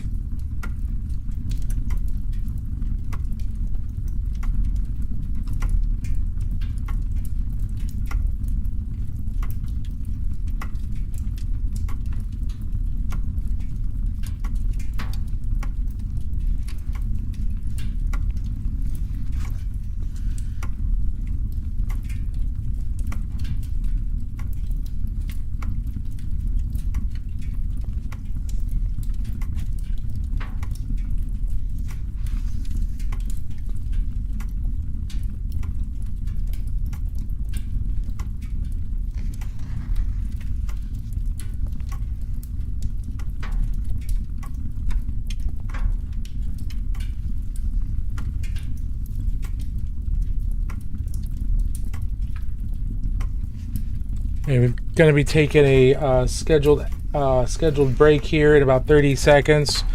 So I'm just going to try and add a couple more of these little highlight spots. And then we're going to take a 3 to 5 minute break. And then we'll be back. So don't worry about it. You're not going to miss any painting or anything like that. We are taking an actual break. I encourage you to stand up, walk around, get yourself some agua, use the bathroom, whatever you need to do to maintain yourself. So I need to do all of the above, and then we'll be back. Yeah, it's looking good. I like that. All right, we will be back in just a couple of minutes. Oakley Dokley, gonna run relax, just poking my head and say hi. Thank you, Snickernack. We'll see you later, Yeji. Say hi to Clint for me. Okay, everybody, we're going to set this down here for a second, and we'll be back in about 3 to 5 minutes. Ah!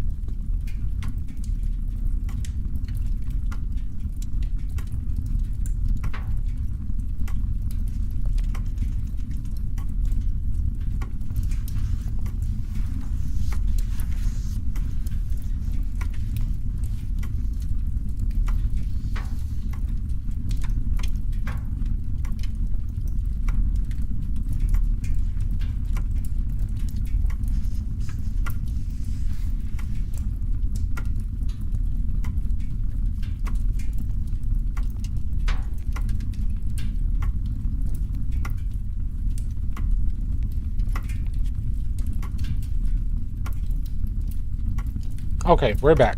Sorry that took so long.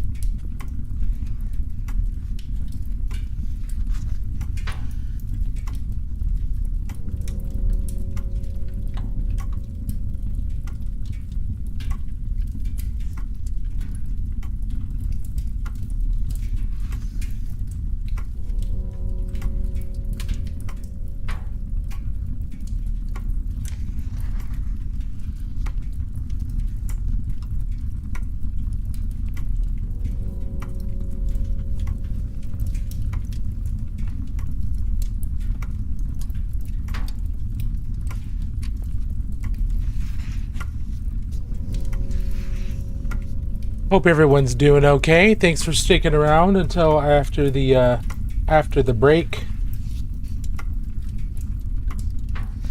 Appreciate all of you.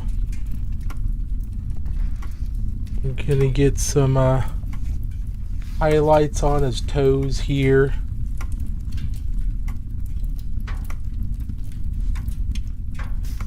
On his tootsies.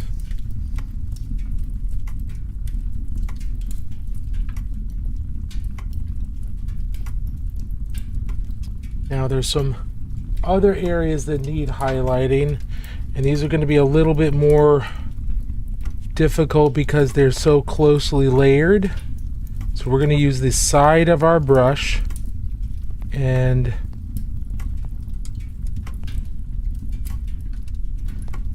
try to very, very lightly, very, very carefully hit these long edges excuse me, of the multi-folded cloth in here, multi-layered cloth that is. And if the paint is dry enough and if we've got enough control, we can actually run this up and down multiple edges of this cloth and hit those multiple stacks of cloth there.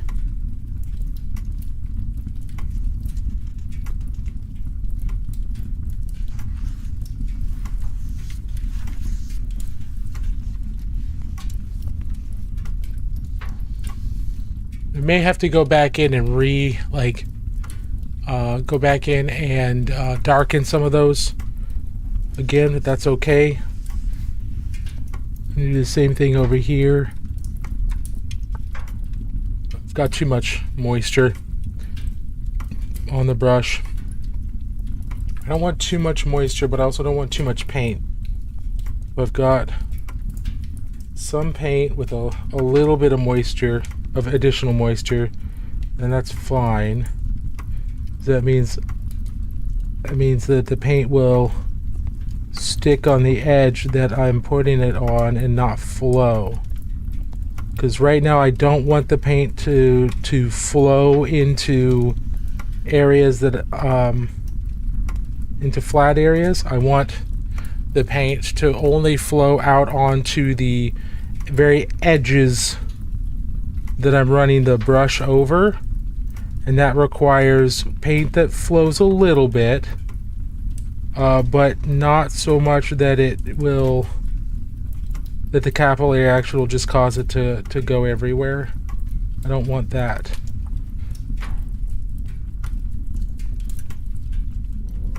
I don't know if that makes sense or not.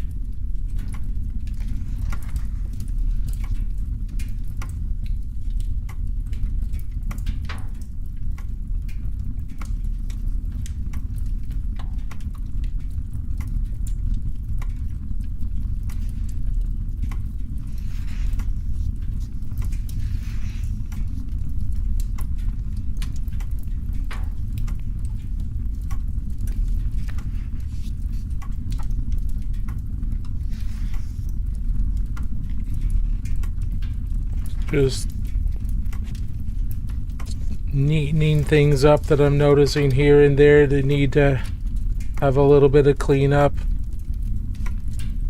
Not only does this let me look at the whole model and kind of like reevaluate where everything is and what needs to be touched up, but it also just allows me to look over things and say, okay, well, does that need to be intensified? Does that need to be dropped down? Is this too bright, etc.? So like a lot of these areas seem almost non-metallic metal. It's because they're really, really bright, and the transitions are really, really quick. And so I don't want them to. I don't necessarily have a problem reading as like non-metallic metal-ish. I just don't want them to be like full non-metallic metal, right? Like I want them to still be cloth, but I don't need them to be like really shiny cloth or anything like that. But there's a couple different ways that can be approached.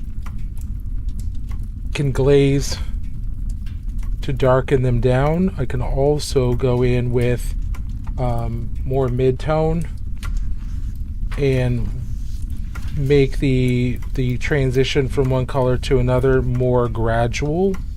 That will help to kill off that fast transition and make the highlight appear more diffuse. And a diffuse highlight is not a metallic highlight or a reflective highlight. So if you can make the highlights more diffuse, then they'll appear less metallic, less like metallic in the final result.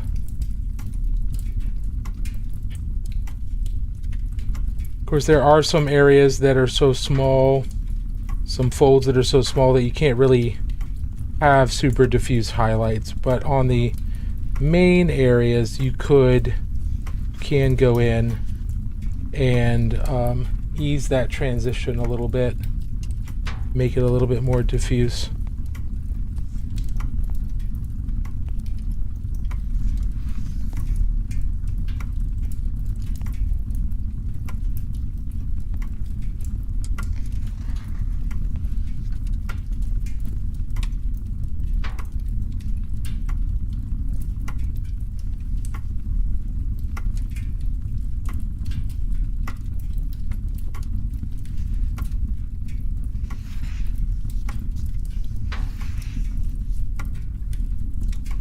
Over here we've got this long wide belt, and if I wanted to make this look really reflective, then I'd choose two different spots and have those reflect light very distinctly, and I have a fairly quick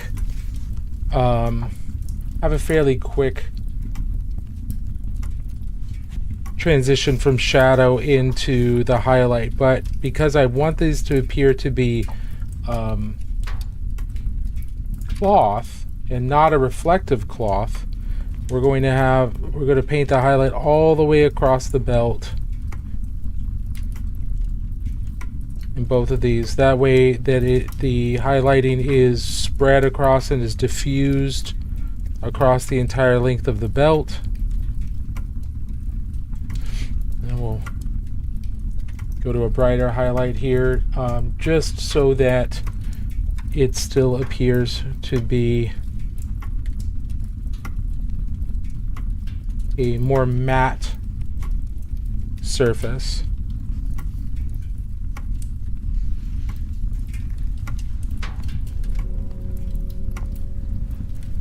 I've got way too much water on here somehow.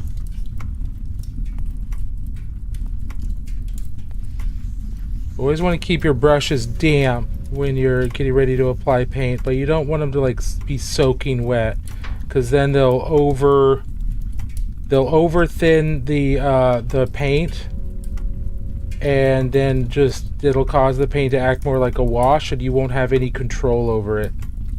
which is not going to be ideal.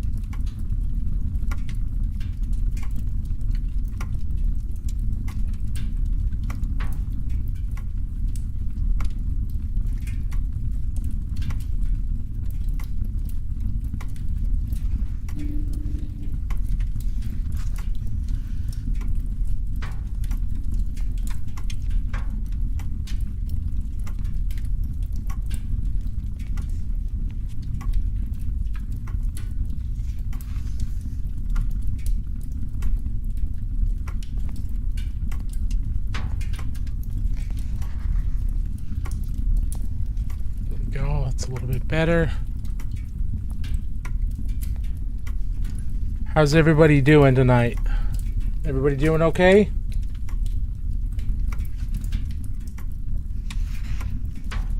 Hopefully, you're all having an enjoyable Tuesday evening or Wednesday earlier morning.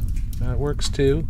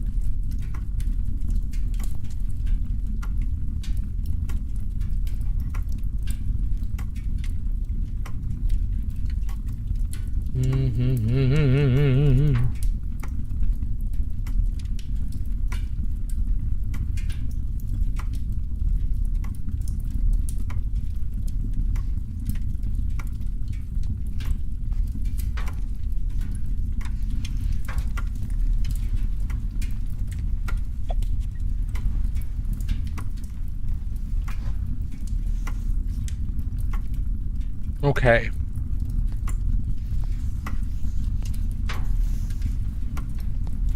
So let's take a look at some more sections here. Now, obviously, the nib of his pen is going to be metallic, so we're going to go ahead and base coat that in our steel there. The other areas are going to be non-metallic gold. So this is going to be non-metallic gold. This will be non-metallic gold. These shoulder pads are non-metallic gold. The polyhedral probably is going to be a different color. So like there's a 20-sided polyhedral here. The chains will most likely be gold because I want those to stand out from the cool colors of the turquoise. So those will be gold. The polyhedral, I don't know. It's probably going to be a cooler color. Maybe that'll be the time, the spot that I use my my favorite jades to create like that Kraken skin look. I don't know, but we'll have something else here. That's a handsome miniature. Thank you. He is a handsome fellow. We need to. That would be burnt orange. Okay, so we've got the beard all painted up with its mahogany. Now we're going to go in with our burnt orange to start giving him his red beard.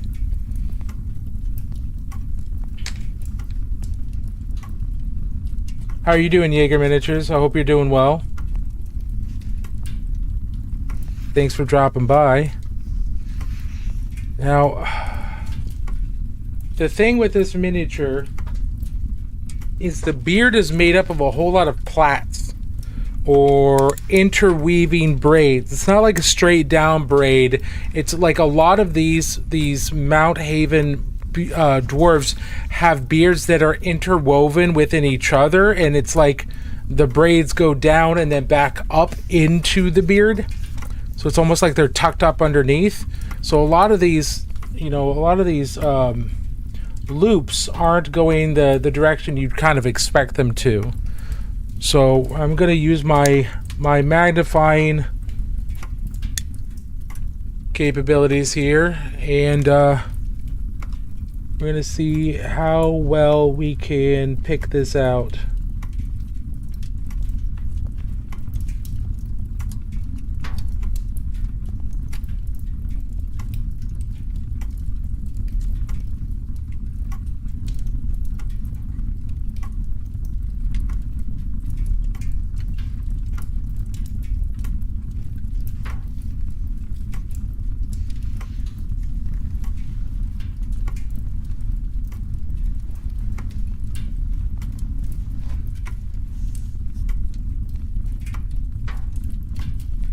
It's almost like the beard is basket woven. It's very strange.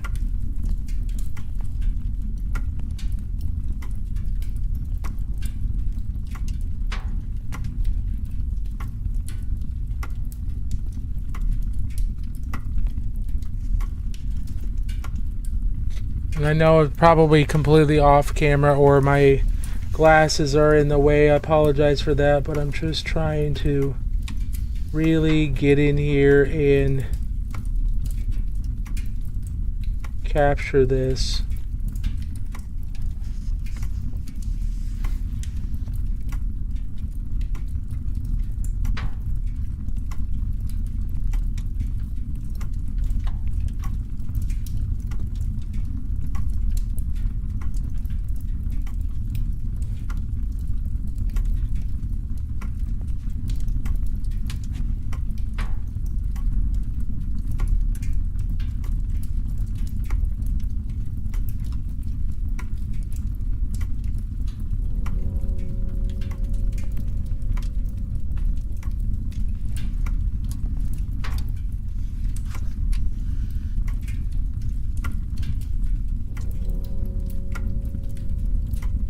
So you kind of see how the pattern is almost like basket weaving or like wicker. It's very strange. It's a very strange way to plait hair, especially a beard. But a lot of the art shows the same type of thing.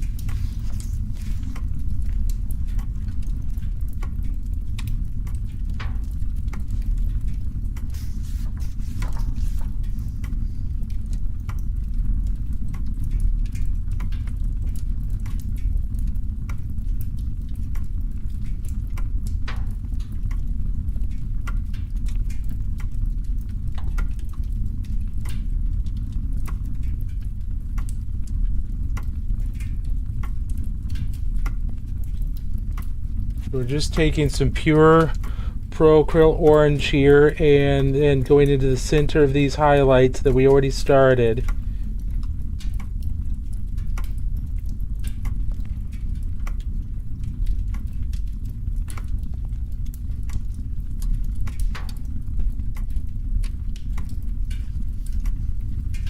And try to brighten them up in the very, very centers of them, without losing the burnt orange and without losing the mahogany.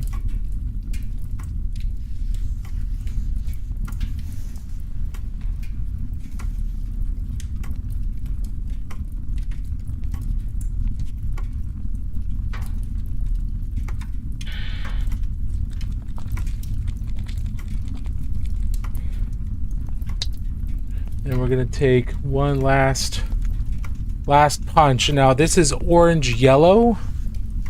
This is also Pro Acryl, but it's part of their AMP line. And it's I really like this. It's a really nice orangey yellow. And it makes a really good final kind of like punch up color for this red hair.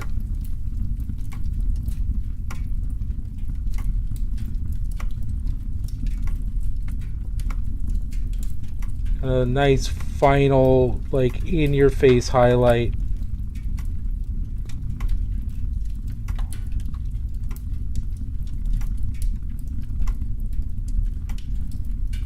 You don't want to overuse it. It is kind of a final highlight, so it should be very judiciously used.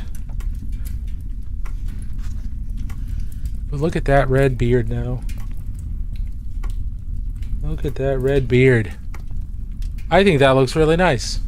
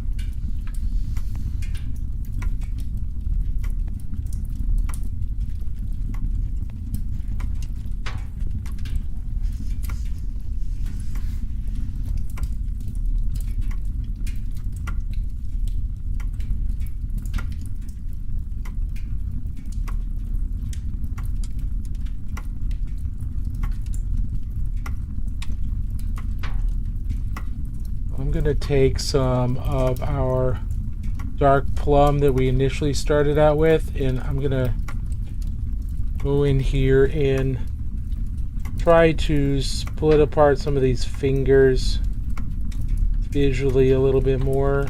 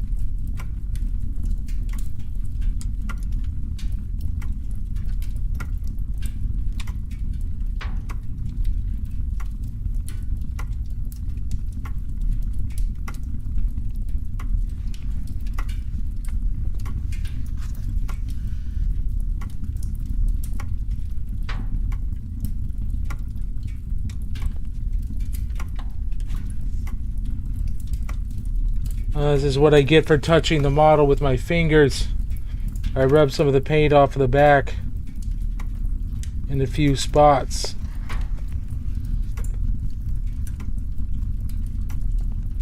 Damn it.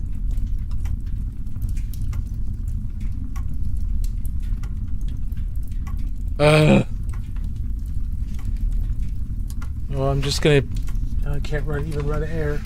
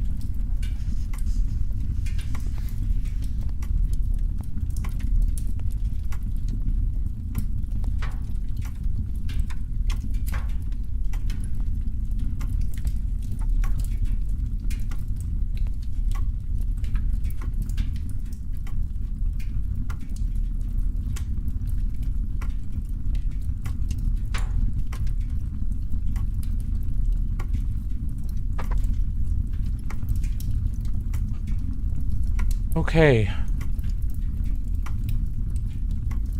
Some last minute repair work there.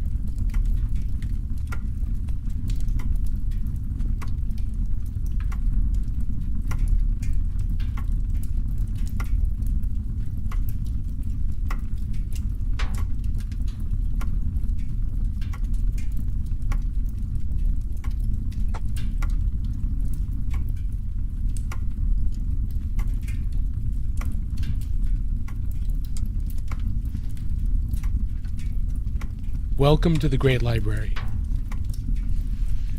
Hey, thank you so much for the follow. Very much appreciated.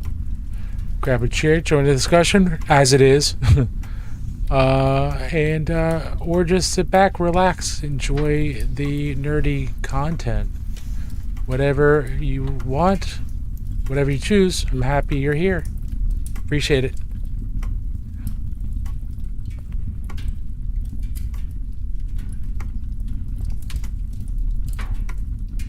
Okay.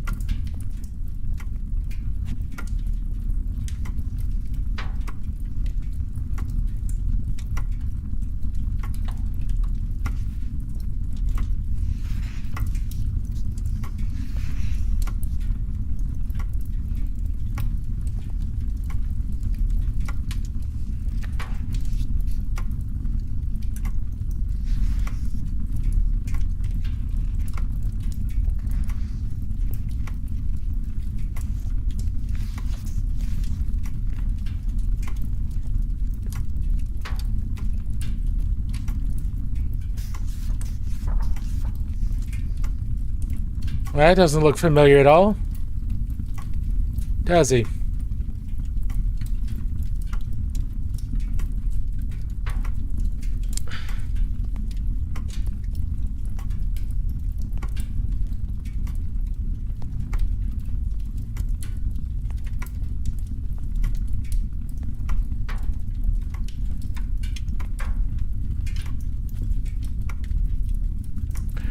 Alright, I think we're gonna call it there for the evening. Feel pretty good about them. There's some dark lighting and stuff I want to do to clean things up. Clean up the yellows a little bit, clean up the where the yellows meet the turquoise, but overall I feel pretty good about this, where he is right now.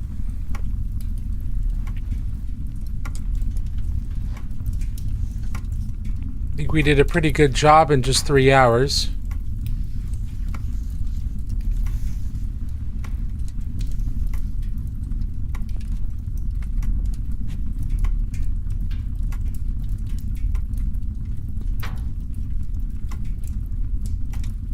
Yeah.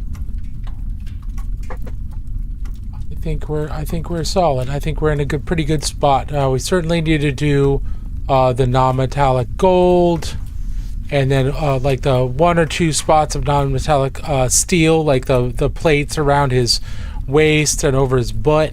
We need to do those. The nib of his quill here. Then we need to make sure the quill is nice and colorful looking. But then the rest of it's all non-metallic gold.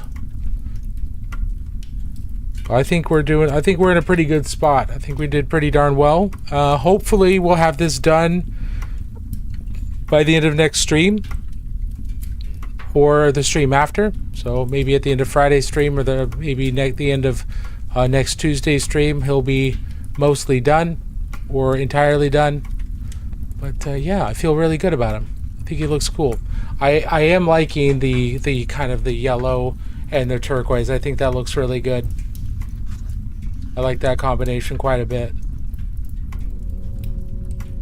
All right, let's go find someone to raid out to. And then we'll end the stream on that platform. And yeah.